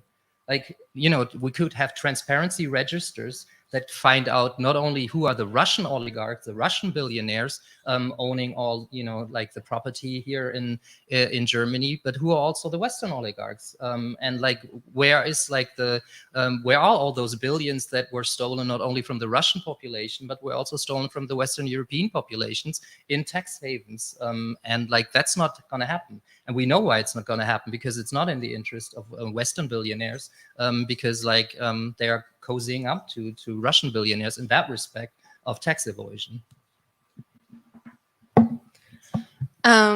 Yeah, thank you for highlighting again a very sort of different perspective on sort of the role that arms can play in Ukraine in terms of. So we've basically heard almost two sides of this, almost, where you have on the one hand this right to self-defense and the need to self-defense for its own purpose and for the sovereignty of Ukraine, as you've said. But on the other hand, what is actually the end goal of that fight, and how can arms exports make it worse or make it better? And so I think we have to continue this conversation. And Vendela, if you would like to talk about that a little bit more, and maybe also talk about the more European dimension of it and how other countries are basically reacting to this. How is Belgium? How are the Netherlands? How are the low countries dealing with this dilemma, basically? Well, yeah, it's interesting that you call it a conversation, because our speaker from the Bundestag started to say that we have to agree on the analysis, otherwise they could not have any conversation, sort of like that. And this is exactly one of the problems we have at the moment, that there is such a war mood in all of Europe, actually, that there is a lot of emotional response to the war in Ukraine, which is all over our media. And this emotion is right. I mean, everybody is angry. Everybody is very sad. It's a terrible war. So you have to have this emotion. But there is much less analysis. And what you very much see in this war mood is that the argument, the story is, they are the bad guys, so we are the good guys, and you are either with us or you are with them.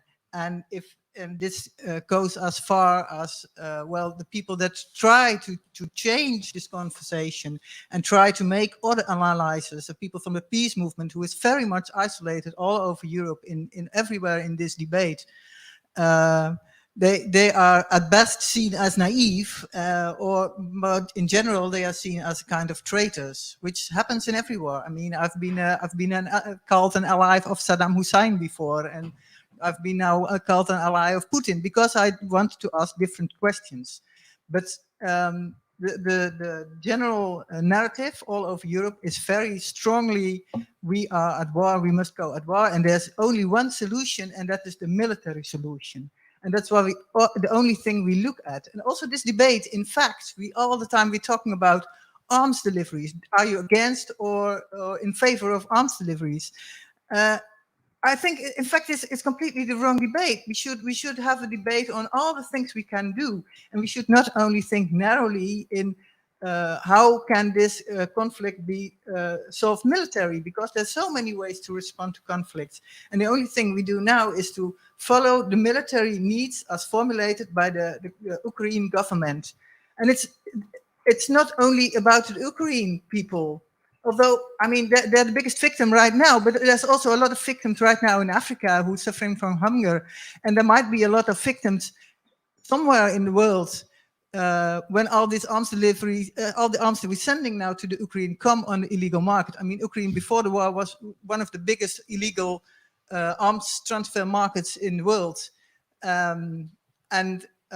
These criminals have not changed. They're still very greedy. So they will, as soon as these arms come free, they will send them somewhere else in the world. And this is not a small problem. I mean, the conflict in Mali is by a big part driven by the arms that were stolen from the Libyan arsenals when the European countries invaded Libya. So it will cause major wars everywhere, anywhere, somewhere else in the world after the war in Ukraine has stopped. So this problem of arms putting into the society and going their own way after that is really a very huge problem. But still, we're now talking about arms, and there's so many other ways that we can look at the conflict. And it's already several things I mentioned. The whole idea that you should talk and we should negotiate. I mean, Macron and your prime minister, they're considered as some naive idiots when they go talk to Putin. And then comes Mr. Bush, and he is saying a lot of firm and strong things, but the Americans really have a different interest in this conflict. They are not getting the problems. In fact, they are profiting from this conflict in the first place because most of the arms are American arms. The arms industry is profiting enormously. Always when there's a war, why do we not ask the question, who is profiting from this war? This question is not asked. We're just talking about sending arms. Who is profiting from this war? It's the arms industry. But also, when we take away our oil from Russia, what we should do, I mean, we should not continue to buy Russian oil. We should stop buying oil altogether, I think. But what we are doing now is we're going to buy a lot of American shale gas, LNG. This is going to be very, very profitable for the United States.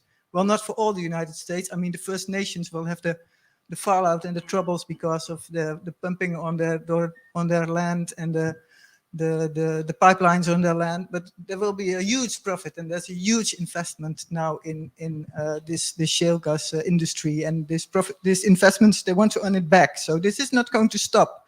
There's a huge new investment in fossil fuel, in other kinds of fossil fuel than in Russian oil. And yeah, then I come at the thing that I also think is very important to mention. As I said before, this war is not only about Ukraine. We want to protect the Ukrainian people, but the interests of the Ukrainian people and the interests of the rest of the world are not altogether always the same. And we have to take into consideration also these other interests. And one of the things I'm very worried about is this whole conflict is diverting attention from the huge crisis we are in now, which is the climate crisis, which is extremely dangerous and extremely problematic. And by, well, how to say it in English, pumping up the aggression between the power blocks, which is happening now, which is happening from the United States, and which started by, well, I mean, Putin has done a very bad thing with starting this war, because this helped this pumping of the power blocks, but there's also China behind that. If we going to continue to build up the military and build up the enemy feelings, the fights between each other, how are we ever going to solve this global climate crisis? It was already very difficult, and it will be even more difficult now. So maybe the thing that Europe should do, instead of helping to help stopping, Europe should help stop the fighting, and Europe should also try to undermine this dynamic towards a superpower competition, which can only lead to, well, a situation in which the climate crisis cannot be solved together. Thank you, Vendela. Thank you for highlighting the importance to ask different kinds of questions also in this context. And I've already seen sort of some reactions here. So, Sarah and Annie, if you want to take it away, first of all. Yeah, thank you very much. I will come back to the point where we don't agree on the analysis, okay? Because I heard neo-realistic view saying that this is an aggression between power blocks. I heard neo-Marxist view or anti-capitalist view when the question comes up, who profits? And of course, there is a conflict between systems. On the one hand, you have democracies. On the other hand, you have autocracies. There is a conflict of systems, but this is not what is at play in the Ukraine, in my position. One of the colleagues just said that what is at stake is, first of all, stopping the bloodshed and, of course, preventing escalation. And as we can agree on that, I have a question for you, because we have to ask ourselves, what is the driver behind the Russian aggression? And I think it's the ideology. We have to look at the ideology behind the war. That's what's happened in wars, you just said. I think it's just relativizing the extension that we already see, and also this ideological driving force behind the war. Putin has a neo-imperialist, pan-Russian vision of Europe. And what is at stake is, of course, the bloodshed, of course, the escalation, but also the disintegration of Europe. If we want to think of the end point, and if we allow Putin to make politics via the military, and everyone who is asking for mediation, for negotiation, for taking the interest seriously, etc., is making him, putting him in the position that he can, with military means, achieve political goals, then we have to look at his goals. What are the goals of Putin? And the goal of Putin is the total disintegration of the European Union and the re-establishment of some sort of Soviet Union. This is the possible endpoint. And we just had it yesterday, where in the Duma, there was a draft for saying that accepting Lithuania's independence was wrong. We shouldn't do that. So they are already talking about the rest of Europe. It's not only about the Ukraine. So we should really have a common analysis. If we don't, we will not agree on the tools. And it really makes me crazy to see that, I mean, many of the points that were said, many of the questions that were raised are absolutely legitimate. But at the very basis, I don't agree if we say that Russia in this conflict, for me it's an aggression, but you say conflict, okay, has legitimate interests. They don't. It's not. And they agreed that it's not. They signed the Charter of the United Nations, where it says sovereignty, prohibition of violence. This, the two fundamental basics of the UN Charter, and Russia signed it. They are one of the 5 most important countries in this United Nations. And they are acting against these principles. So I don't see that this Russia has legitimate interests in Ukraine. I don't see it. And if we cannot agree on that, we cannot, of course, we cannot agree on the tools. How can we if we do not share the analysis? Who has said that? Nobody has said that. Yeah. Yes, I have written it down. Mr. Bruce said that we need mediation, and there are legitimate interests on both sides. No, I didn't say there are legitimate interests. I said there are eligible interests. There might be eligible interests that Russia have in Ukraine, and I don't see Which is it? When you think the war from Which the end. is Okay, it? so at the end there must be. I mean, even Zelensky said that there must be some kind of negotiation, and I totally agree that not the West or not NATO or anybody should negotiate this peace for Ukraine. Okay, no doubt on that, but we should at least try to mediate this process so that it comes to a fast end. That's what I'm saying. And Why do you negotiation think that Putin means, wants that?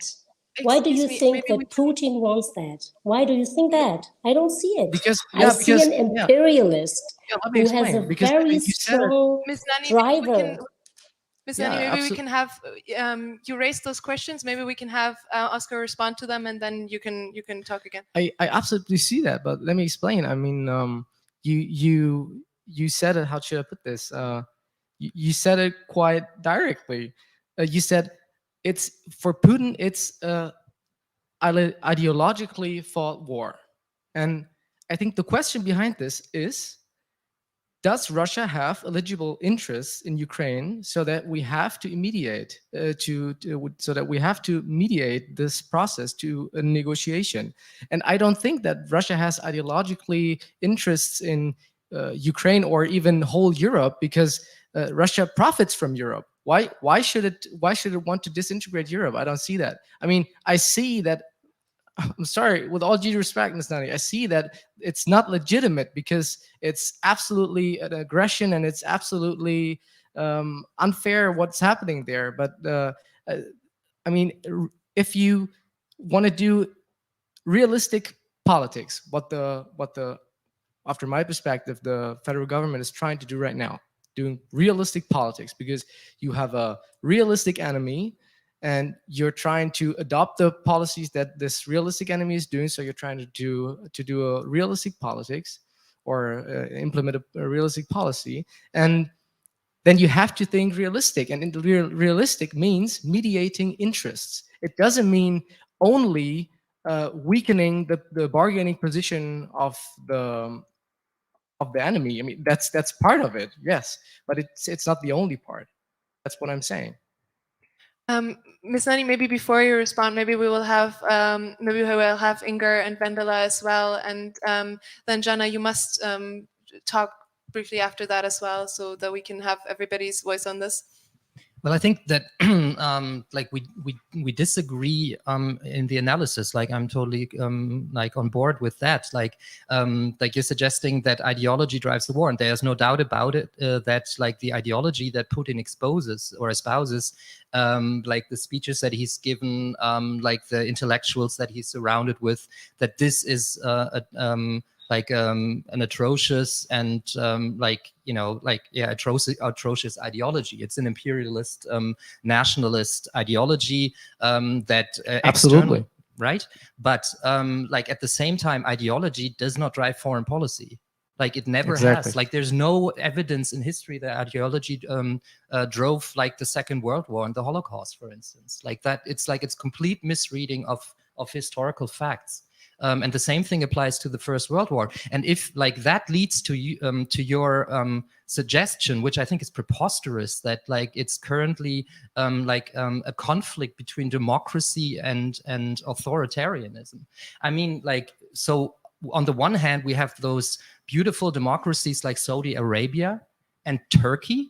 And like you suggested that, you know, like when we have wars and like in one war, it is clear one is the aggressor and one is like the country or the people that have been attacked by the aggressor, then if there's a moral automism, then of course the German government, you and the German government should now opt for sending weapons to the Kurds in northern Syria. And you would have to, if there's a moral automism, you would have to send weapons to Yemen against Saudi Arabia. But it's exactly the opposite. We're sending money to Turkey, to Erdogan. Like Annalena Baerbock goes to Turkey and like, you know, together they sit and praise the West and Western values, while at the same time Erdogan is doing in northern Syria the exact same thing that Putin is doing in the Ukraine. And so I think that is like, it's a very also, it's not only preposterous, it's also a very dangerous thing if you think that ideology drives foreign policy. Because first of all, there is no tertium non datur, there's nothing in between. Like it's like, you know, like if the enemy is by definition morally wrong and evil, like it's like a Harry Potter or Lord of the Rings kind of enactment on the world stage. Like you can only win that and go until the end. And so, but at the same time, it is also like against what is realistically happening and like and what can realistically lead to an end of the war. And I agree with Mr. Proust on this one. I'll have Vendela and then Jana and then Ms. Nani again.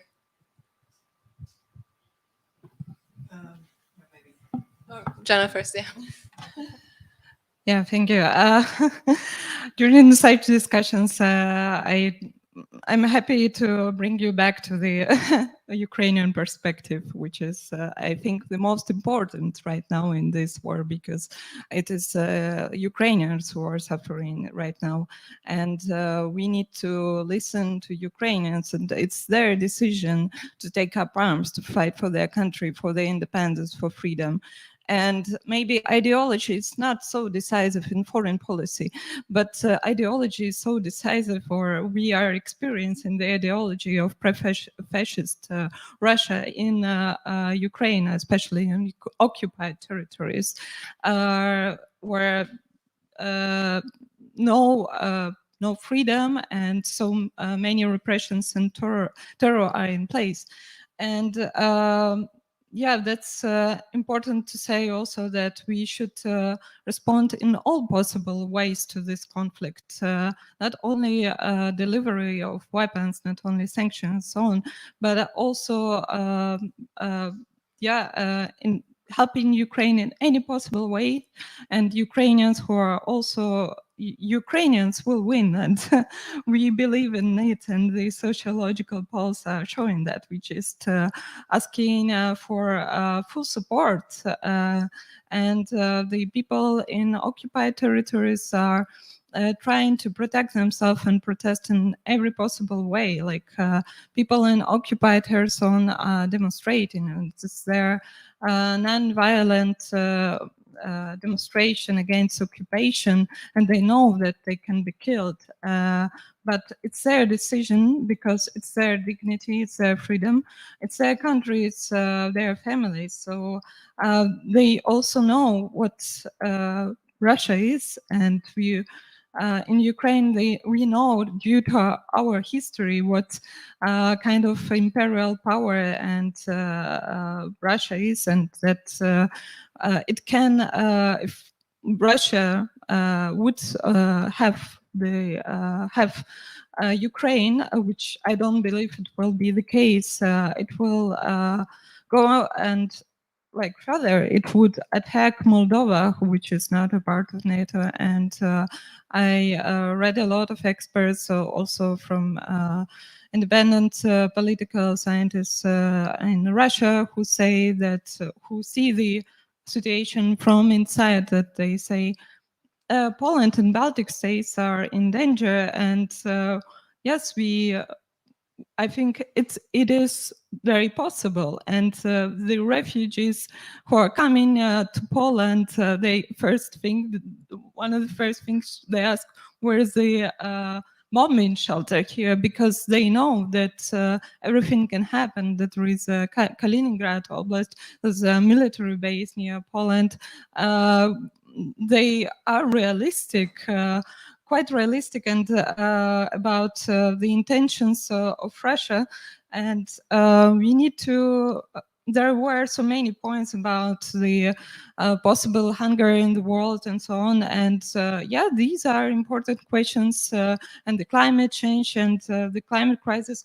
And it depends on also on this war in Ukraine, that we need to stop Russia, and we need to unblock our ports. So we demand that from Russia, and so we wouldn't have this hunger in the world. So we need to respond in all possible ways. And I think it's important to say also that again, to stress that it's a fascist ideology in Russia, and we need to fight it. And this is so obvious for us, and maybe still not obvious for people here in the European Union. But believe Ukrainians, they suffered from Russians hundreds of years, and we know what we are talking about. Ms. Nani.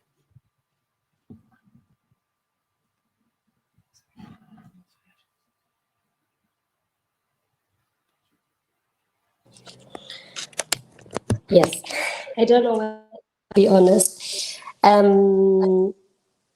Somebody just said that ideology was not the driving force behind the Holocaust. I don't know. I mean, what if not ideology was the driving force behind the Holocaust? This is, for me, so absurd that somebody just said this in this podium. And if I would be on stairs, I would now leave the room, to be honest. I really was shocked. And There's of course, decades ideology. Historians who have debated this. It's called the intentionalist Can we versus maybe functionalist debate. Yeah. Let's keep civilized, and maybe we can move on from the discussion of those parts of history, and maybe we can talk about what we're facing right now. If you want to finish your point. I mean, again, then we have to look at the words and the actions. And Mr. Proust just asked, why would Putin aim for disintegration of the European Union? Because then he can more easily win what he wants to win, and this is the former territory of the Soviet Union, if not more. He talked about Peter the Great yesterday or 2 days ago. And he already did this. I mean, Putin was supporting political parties in all over Europe. The first where the connection was proved was behind Lega Nord in Italy. Then we had in interactions of Russia supporting the Brexiters in the UK. We know that Putin was heavily supporting Le Pen in France, somebody who is always against the European Union and also against the NATO. And there are, more or less proven rumors that also in Germany, right-wing populist parties have been supported by Putin. So he already did this. He already supported the disintegration of the European Union, and he was quite successful, if I may say so. Of course, it's not because of him. He was supporting the movements that were already taking part, and disintegration for 90% comes from within, because we are not taking care about social questions in Europe. Okay, I agree on that. But of course, he wants the disintegration of the European Union and the European idea as a whole. And then Ukraine is sort of the Arcades situation for Europe. And if we do not take a strong stance in this situation, there's no reason why he should not go on in 5 or 7 years with a different country. I'm really convinced about that. Thank you. And maybe we can hear Vendela, and then maybe after that, I think we have quite different and quite strong positions on this panel about like the causes of the conflict and what Putin intends to do or not intends to do. And I think we can discuss this probably for the rest of our lives. My question would be, how do we move on from this discussion, and how do we move into a constructive engagement about how we can actually, in this local context, create a situation where we don't have this type of aggressive behavior, where we actually stop the invasion of Ukraine, and where we reach a situation where we have a situation of peace and freedom in Eastern Europe that is sustainable for the future. And I think the question that is really the question that we need to answer in a very concrete way. And so maybe after Vendela's intervention, we could talk about more the positive approaches that there are to actually ending this conflict. Oh, that's a big question. Well, if I hear you correctly, it's not about protecting Ukrainians. It's about Putin and stopping him from disintegrating Europe, and it's about big power politics. And this is really worrying me, because it's exactly what I was saying. If we go into this mood of the superpowers competing to each other, we are not protecting Ukrainians, and we are making the world much more dangerous. Concerning the arms. Sending of arms to Ukraine, you can ask yourself, well, in the Netherlands, the debate is very much like, oh, we are only sending defensive weapons. Well, of course, it's very difficult to define what is defensive weapons and what is offensive weapons, but the line between that is going more and more into the direction of everything is a defensive weapon. Spain is going to send tanks, it's a defensive weapon. So these arms, the arms buildup is very big. They're going more and more big arms into this conflict, and the risk of escalation is growing and growing. And however, seriously, I mean, first week of the war, I also lay awake about what was happening, and many Europeans did, because it was terrible what happened to the Ukrainians. But it is not only about Ukraine. It is also about what is in the interest of Europe and of the world, and how can we continue in a world to come to more peaceful situation, and how can we prevent this to escalate more and more and make a more divided world. And actually, I don't know how to move from here. It's very, very difficult, because what I see is we disagree on very, very many points, and I don't have the feeling that we're getting any further. I think the peace movement is very isolated in this position that there should be negotiations. There should be, well, actually Macron is also in this position, so peace movement has strange allies nowadays.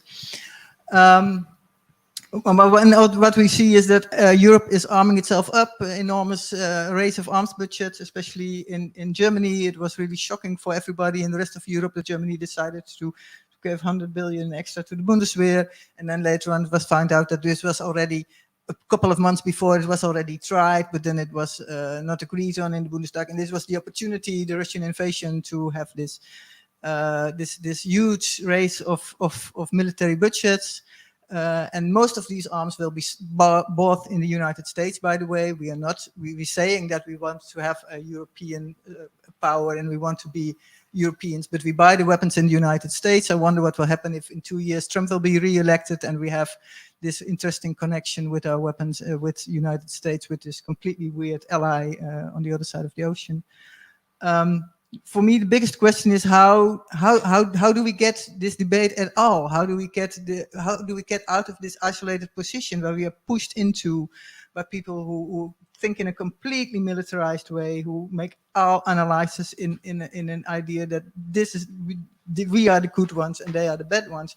I don't know. It's actually, it's the same in every war. I mean, in 2003 was also very complicated to get being here. I think the huge million demonstration in London was never televised by the BBC. It was a huge demonstration against the war. It was not on British television. I mean, how do you get out of this isolated position? I don't know. It's the big question. I think we have to discuss this weekend as European Network Against Arms Trade. Maybe people have some suggestions. I feel I'm speaking against walls. So actually we only have 11 minutes left, and I see, Ms. Nani, you're dismayed. So what has been said, I nonetheless want to remind all of us that that it is important to hear different perspectives, and I think that we have to keep working toward what you also said, Ms. Nani, that like making a distinction between different kinds of conflicts and different positions on different kinds of conflicts, and trying to see where the other person's argument is coming from, and not only seeing sort of the bad intentions behind it always on sort of different sides of this debate. There is, I think, a tendency to think, oh, this one person is trying to understand Putin, or oh, this other side of the debate is trying to is not I'm not saying that anybody said this, either of those things, but is not thinking about Ukrainians, or is thinking too much about Ukrainians and not thinking about the global context. And I think we have to keep asking ourselves these really, really challenging and difficult questions, but at the same time we also have to make policy, and we have to make concrete proposals about what we can do in terms of policy. And I would, if nobody minds, I think we will go about a few minutes over the time, because what I would really like to do is to have a little bit of input from the room, and then have everybody respond to that very briefly, really very briefly, and then also give everybody the opportunity to have sort of a concluding remark of about 1 minute, 30 seconds.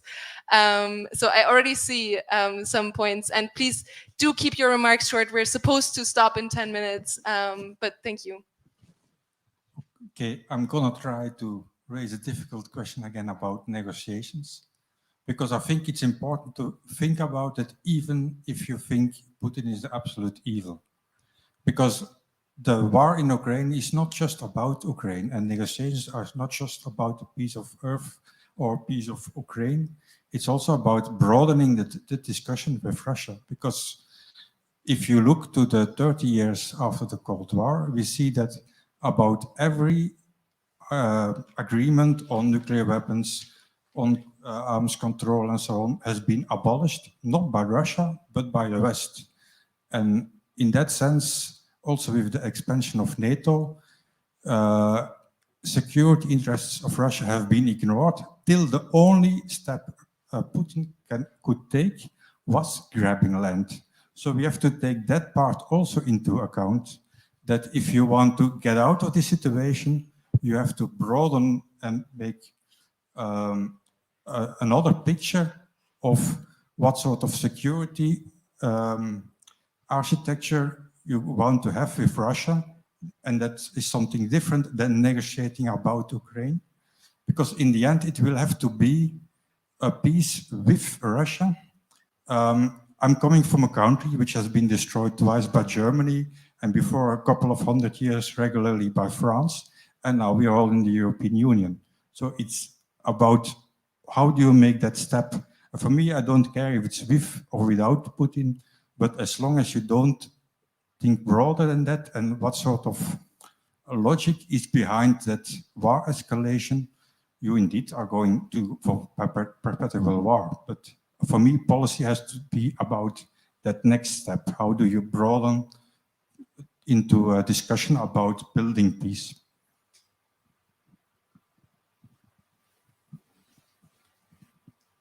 I have a short question to all the discutanten, and it's about negotiation.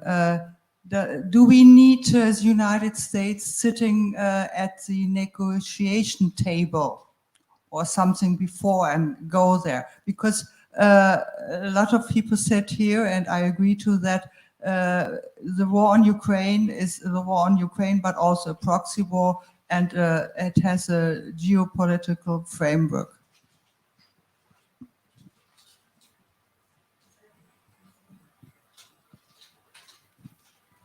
Just quickly, since Ruth made the really great points of bringing in the need to look at other perspectives, there are also very interesting articles and documents written by people within Russia who maybe we disagree with completely regarding the policies, the strategic policies, such as I believe it's called constructive destruction, that have been part of Russia's foreign policy for a long time.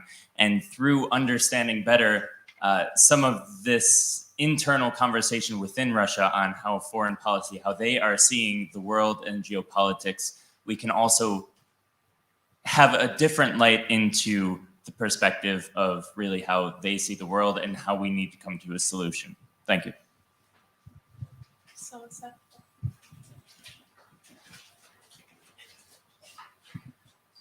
Yeah, I agree with Hans that in the long term we need to think about diplomacy, about a broader peace, and that eventually this war will not end purely by military means. I think the problem when people talk about diplomacy in this context from a peace movement perspective is as if this just provides an answer, as if we don't send weapons, if we just say let's have diplomacy, then there will be diplomacy.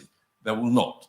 If Ukraine does not have weapons to defend itself with, the result is not diplomacy and peace, it's Russian conquest and occupation. And maybe that means a lower level of direct intense fighting, but occupation is not peace, and occupation is not de-escalation. We know this in Palestine, we know it in Iraq, we know it in so many other contexts.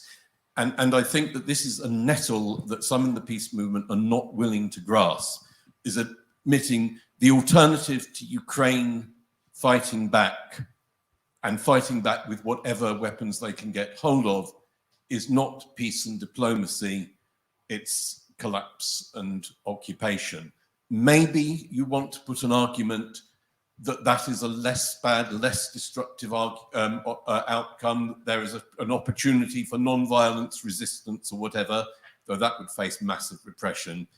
But I think there's a failure to admit that that's what the choice is in this situation.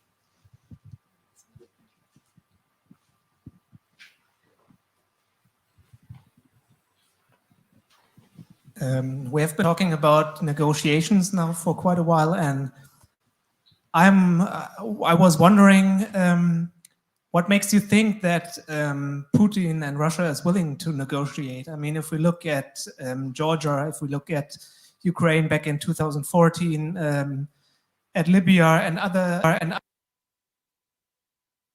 that there is room for negotiations, so that they might be successful in the current state.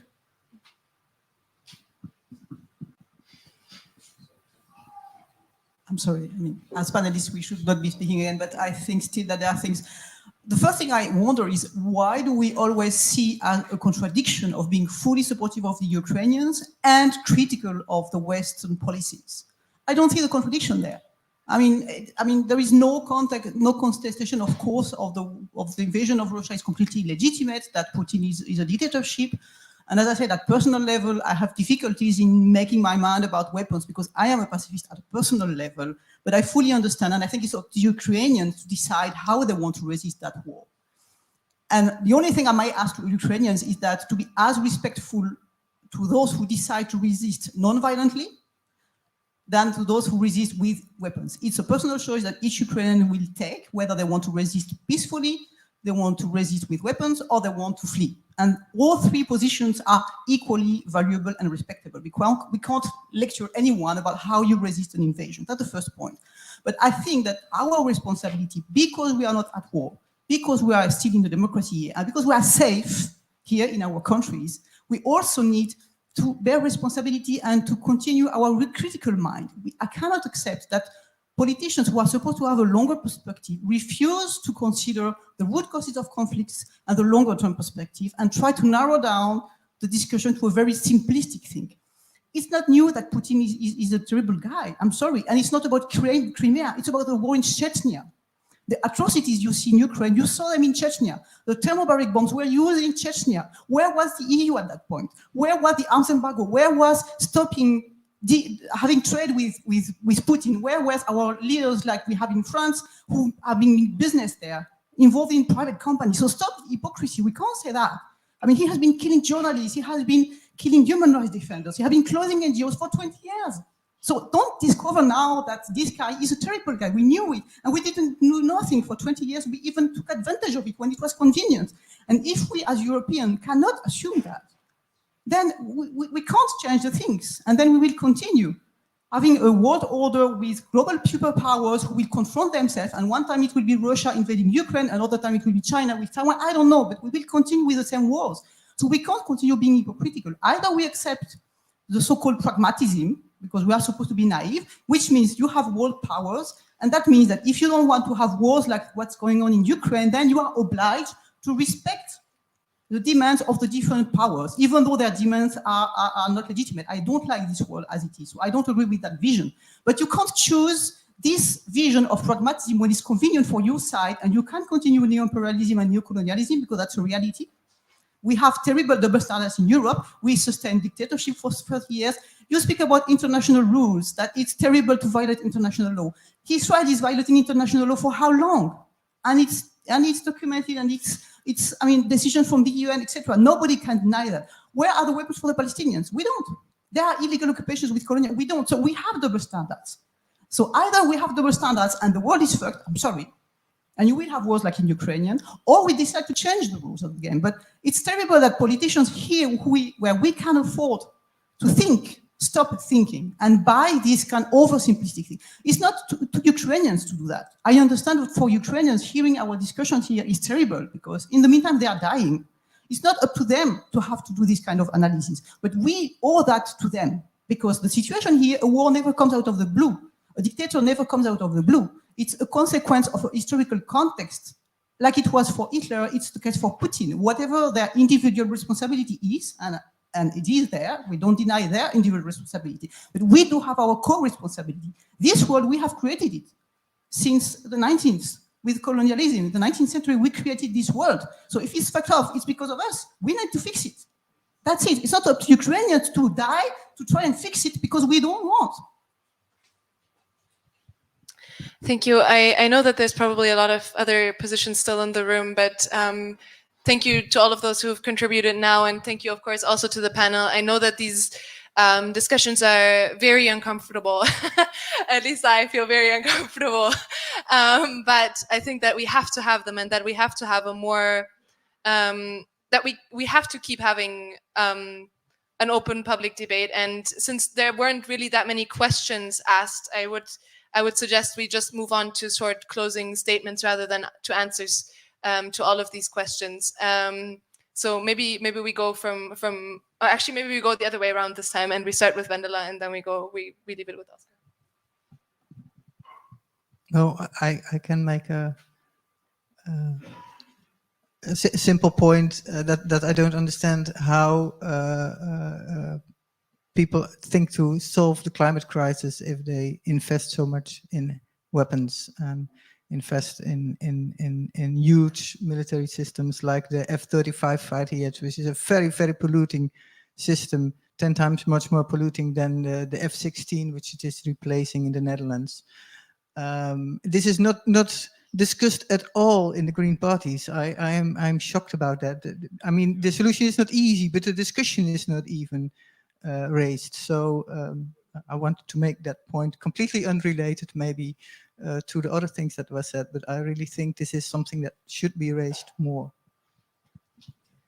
I think the solution to identifying the double standards in the West can be to to try to at least be consequential in with regards to one country where it's fathomable to Western geopolitical interests, because it won't happen when it's against Western interests. Like, you would not have had any kind of sanctions against George W. Bush, even though we knew he lied, and Colin Powell lied about the weapons of mass destruction. Like, it just won't happen because it's a geopolitical constellation.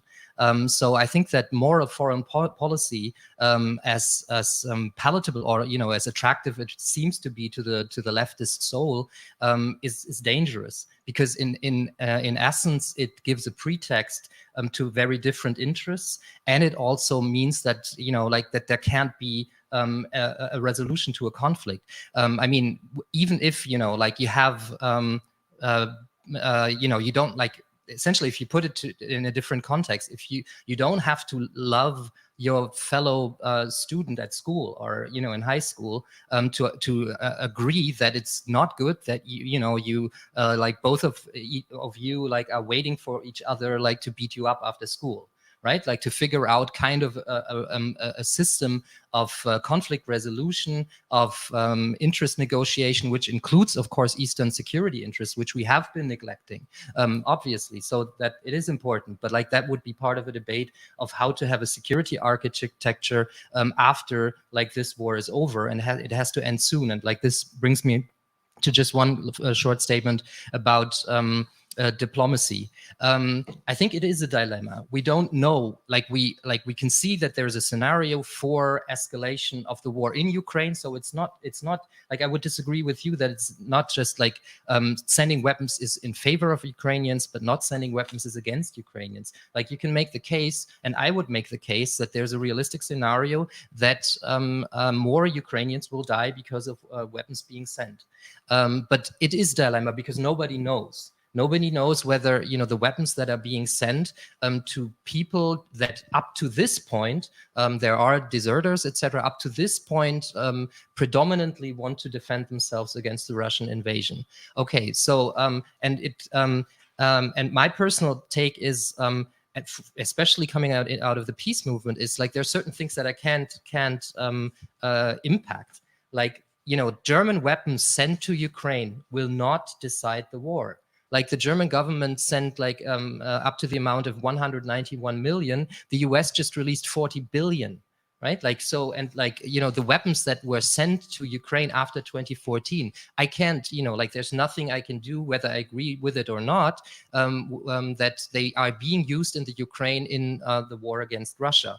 But given that even Zelensky acknowledges that there will only be a diplomatic solution in the end, like, it has to come from somewhere.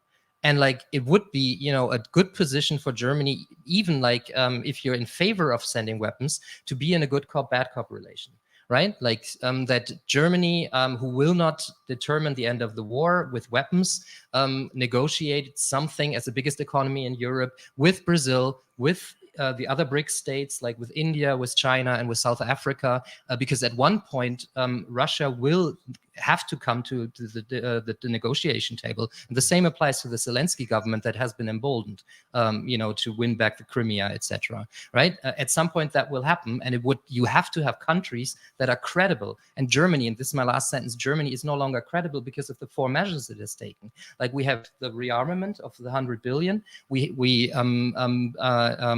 expanded the German contingents in the NATO battle groups at the eastern flank as a second measure. We have the sanctions, and we have the sending the heavy weapons to Ukraine. That really brings Germany out of the equation as a credible negotiating force. Sarah Nani. Okay. First of all, I don't want to be taken accountable for all the governments in the West for the last 50 years. I have been in parliament for 8 months, and I see that there has been a lot of double standards, and also in the conversations that we are now having on the conflict. But I will come back to that later, because I think that we can learn something from for the peace movement too here. I want to make one point when it comes to the security interests of Russia. Somebody said that they were not addressed. 10 years ago, when we had this discussion about meats, I would maybe have even agreed with you. But in this very position, I do not agree with you. I have seen my foreign minister, Annalena Baerbock, who was flying around, talking a lot, and not only her, the whole West was on the foot, and every week somebody was in Moscow from December on, in January and in February. It was Russia who broke up the negotiations. There were negotiations. There were papers on the table where it was written down what kind of security agreements maybe we should have. There was even the NATO-Russia Council re-established. But Vladimir Putin, the Monday before the invasion, decided that he is now playing a bit more honesty, and he was saying what his plan for Europe was, what his plan for Ukraine was, and then the next day he was breaking up with Minsk. I mean, we had a peace process before. He broke up with the peace process, okay? So I think there will only be negotiations once Russia understands that it won't win, and that not giving in will be too harmful for them. I'm a bit disappointed because I think that many critics of Western politics in the last 20 years, and I was one of them, and I am still one of them today, they are not taking the chance now to say, okay, we can have a reflection about global order and maybe even establish some kind of shift in the international politics, in supporting human rights, the principle of sovereignty, the principle of prohibition of violence. What we do instead as part of the peace movement is normalizing the bad violence that we have seen from other actors in the past, telling everybody that now somebody else is doing it, but basically it's the same shit like before, okay? Why don't we use this possibility to get things clear? When does violence have a legitimate aim, and when does it not? When do arms export just serve our national industrial interests, and when arms export can contribute to the maintenance of the international order? And what did we do wrong ourselves in the past? Why do we not have this conversation? I'm very disappointed, to be honest, really. It would be a chance now to get things clear.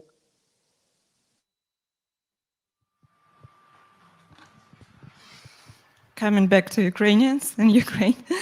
Well, we are critical of the West. We are critical of the US. We are critical of Russia and everybody, European Union. And we also do not, while we are fighting for the values which are freedom, democracy, which are European values as well, Ukrainians do not understand why at the same time there is no full embargo on energy, and why there is still business with Russia and so on. We can talk about that if it is a capitalistic system or other reasons why it is like that, that money is more important than the lives of people. We are all critical about our allies and about Russia, which damaged the security structure in Europe in 2013 by annexation of Crimea, and it started the war in Donbass. But the security structure will be totally destroyed if Russia will win now, and it shouldn't happen simply because we know that, as somebody taught today, the occupation is not the way. There is no peace. There will be no peace in Ukraine if it will be occupied. For many other reasons, Russia shouldn't win, and the world, the European Union, the US, everybody should support Ukraine in their fight for existence, as I told you, against this pre-fascist regime, as many describe it, against Russia. And we should learn from Ukrainians. It's for us, we are the biggest peace movement right now because we are protecting the security architecture. We protect Europe, the world order, the peaceful coexistence. We are not led by fear. We are not led by fear of nuclear weapon. We are actually protecting the country as every nation would protect and would use this possibility of self-defense in any possible way. And yeah, there is so much to say today, and I have like good news for you that Ukraine will win, and that's the only possible way for us, for everybody to coexist peacefully on this continent. And Ukrainians will keep fighting, will keep protesting, we will keep supporting our fellow citizens, and we are part of the European community, of the European family. And I hope that Russia will change at some point. I do believe that there should be a regime change in Russia at some point. I don't know when, but at some point we can talk with democratic Russia, with Russia not led by imperialism, not led by hate, not led by the ideology that some human beings are subhumans. And I think at that point, we can talk about the common security architecture, including Russia. But now, no peace talks are possible, no negotiations. And we need to acknowledge that simply and support Ukraine as much as possible, because this is the only way to have peace on this continent. This is the obvious things for Ukrainians, and I hope that everybody after this, after like this evening, could talk to Ukrainians which came to Germany, to other countries, and as refugees. And it's very important to listen to the voice of Ukrainians. It's our decision to protect Ukraine, protect Europe, and fight this imperial power. Thank you. Well, thank you. Hopefully Russia will change at some point. Definitely. I think we all hope that, but unfortunately, in international relations, there's no would be or should be or could be, and we have to consider the real situation how it is right now. And this is why I think we should. I think we don't disagree that much on this point, Ms. Nani, because on the regarding the disintegration of Europe, I think Putin's real interest is not the disintegration of Europe, but it's its perceivement or its perception of being a superpower in the world.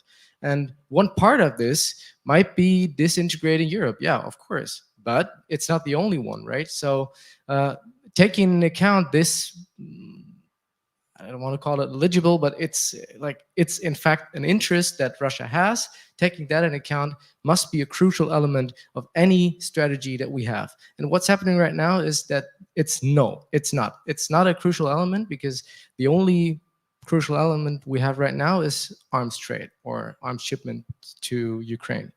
But you asked for positive proposals. I'm going to try to do some. First of all, I think, well, everywhere in Ukraine and in Germany and in the US, the whole NATO and its partners have to have, first of all, a clear verbal clarity and discipline. Some say they want the strategical weakening of Russia. Some say they want to have Putin as soon as possible in The Hague. Some others say they want total isolation of Russia. We need verbal clarity in diplomacy to create a waterproof basis, first of all, for negotiations. Negotiations that the Ukrainians must do, but the West should mediate. Secondly, we should not break up every exchange with Russian executives, especially not with the military, to avoid misunderstandings. I think this is, I mean, yeah, the federal government would say, what misunderstandings? Putin is doing an aggression. Of course, that's absolutely right. But I think you all know what I mean. Misunderstandings in terms of tactical and operational military actions. And third, of course, Europe needs more, including Ukraine, Europe needs more sustainability, climate, economic, but also defense, in my view, defense sustainability, which means that we should work on a strategy that makes Europe more independent from both sides, from the US and Russia, and making Europe as a whole more resilient to those threats. And fourth, and this is regarding the question that was raised from the audience, I think probably, I assume, the US has to be on the negotiation table, because one of the bargaining factors that should be used in the negotiations is the renunciation of nuclear deployments in the new NATO states. And this is, I think that's a big point, and it's a huge security interest that Russia has, that this won't happen, and we should bring that up to the table. But the question is when. And I absolutely agree with the view that, well, evasion of war will only occur here when Russia sees that, or when the realization matures that political or strategical goals can only be achieved through other ways than war, okay? And one part of this, unfortunately, should be the arms shipment to Ukraine, but it shouldn't be the only one. That's my whole point in the whole discussion. Thank you, everyone who discussed. Thank you also for the audience for staying with us a little bit over the time. I think these questions do warrant the fact that we discuss them thoroughly, and that we keep discussing them. One thing that I would take out, sadly, we have not been able to get to sort of more of the bigger questions about the armament of Europe and what this means for our own security policy going forward. And I would caution against conflating this very difficult situation that we're in right now with other security dynamics in terms of a militarization that some fear could become uncontrollable to some extent, or that we could lose narrative control over and rational control over, and in terms of making actual choices that we think are necessary for our security should be more important than fulfilling whatever narrative narrative goals that are put in front of us. And sadly, we've not been able to get to this part of the discussion.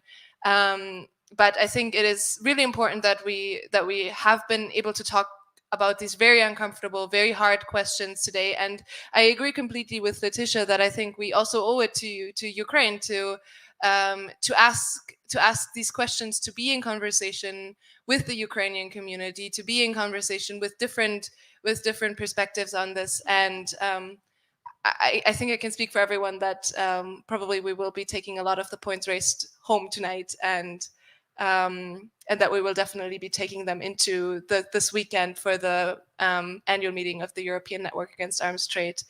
And thank you all so much for coming, and good night.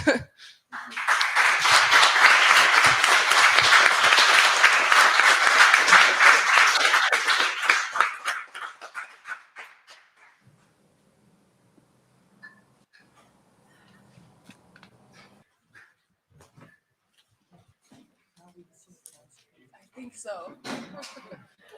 Unfortunately, we didn't raise the question. I know.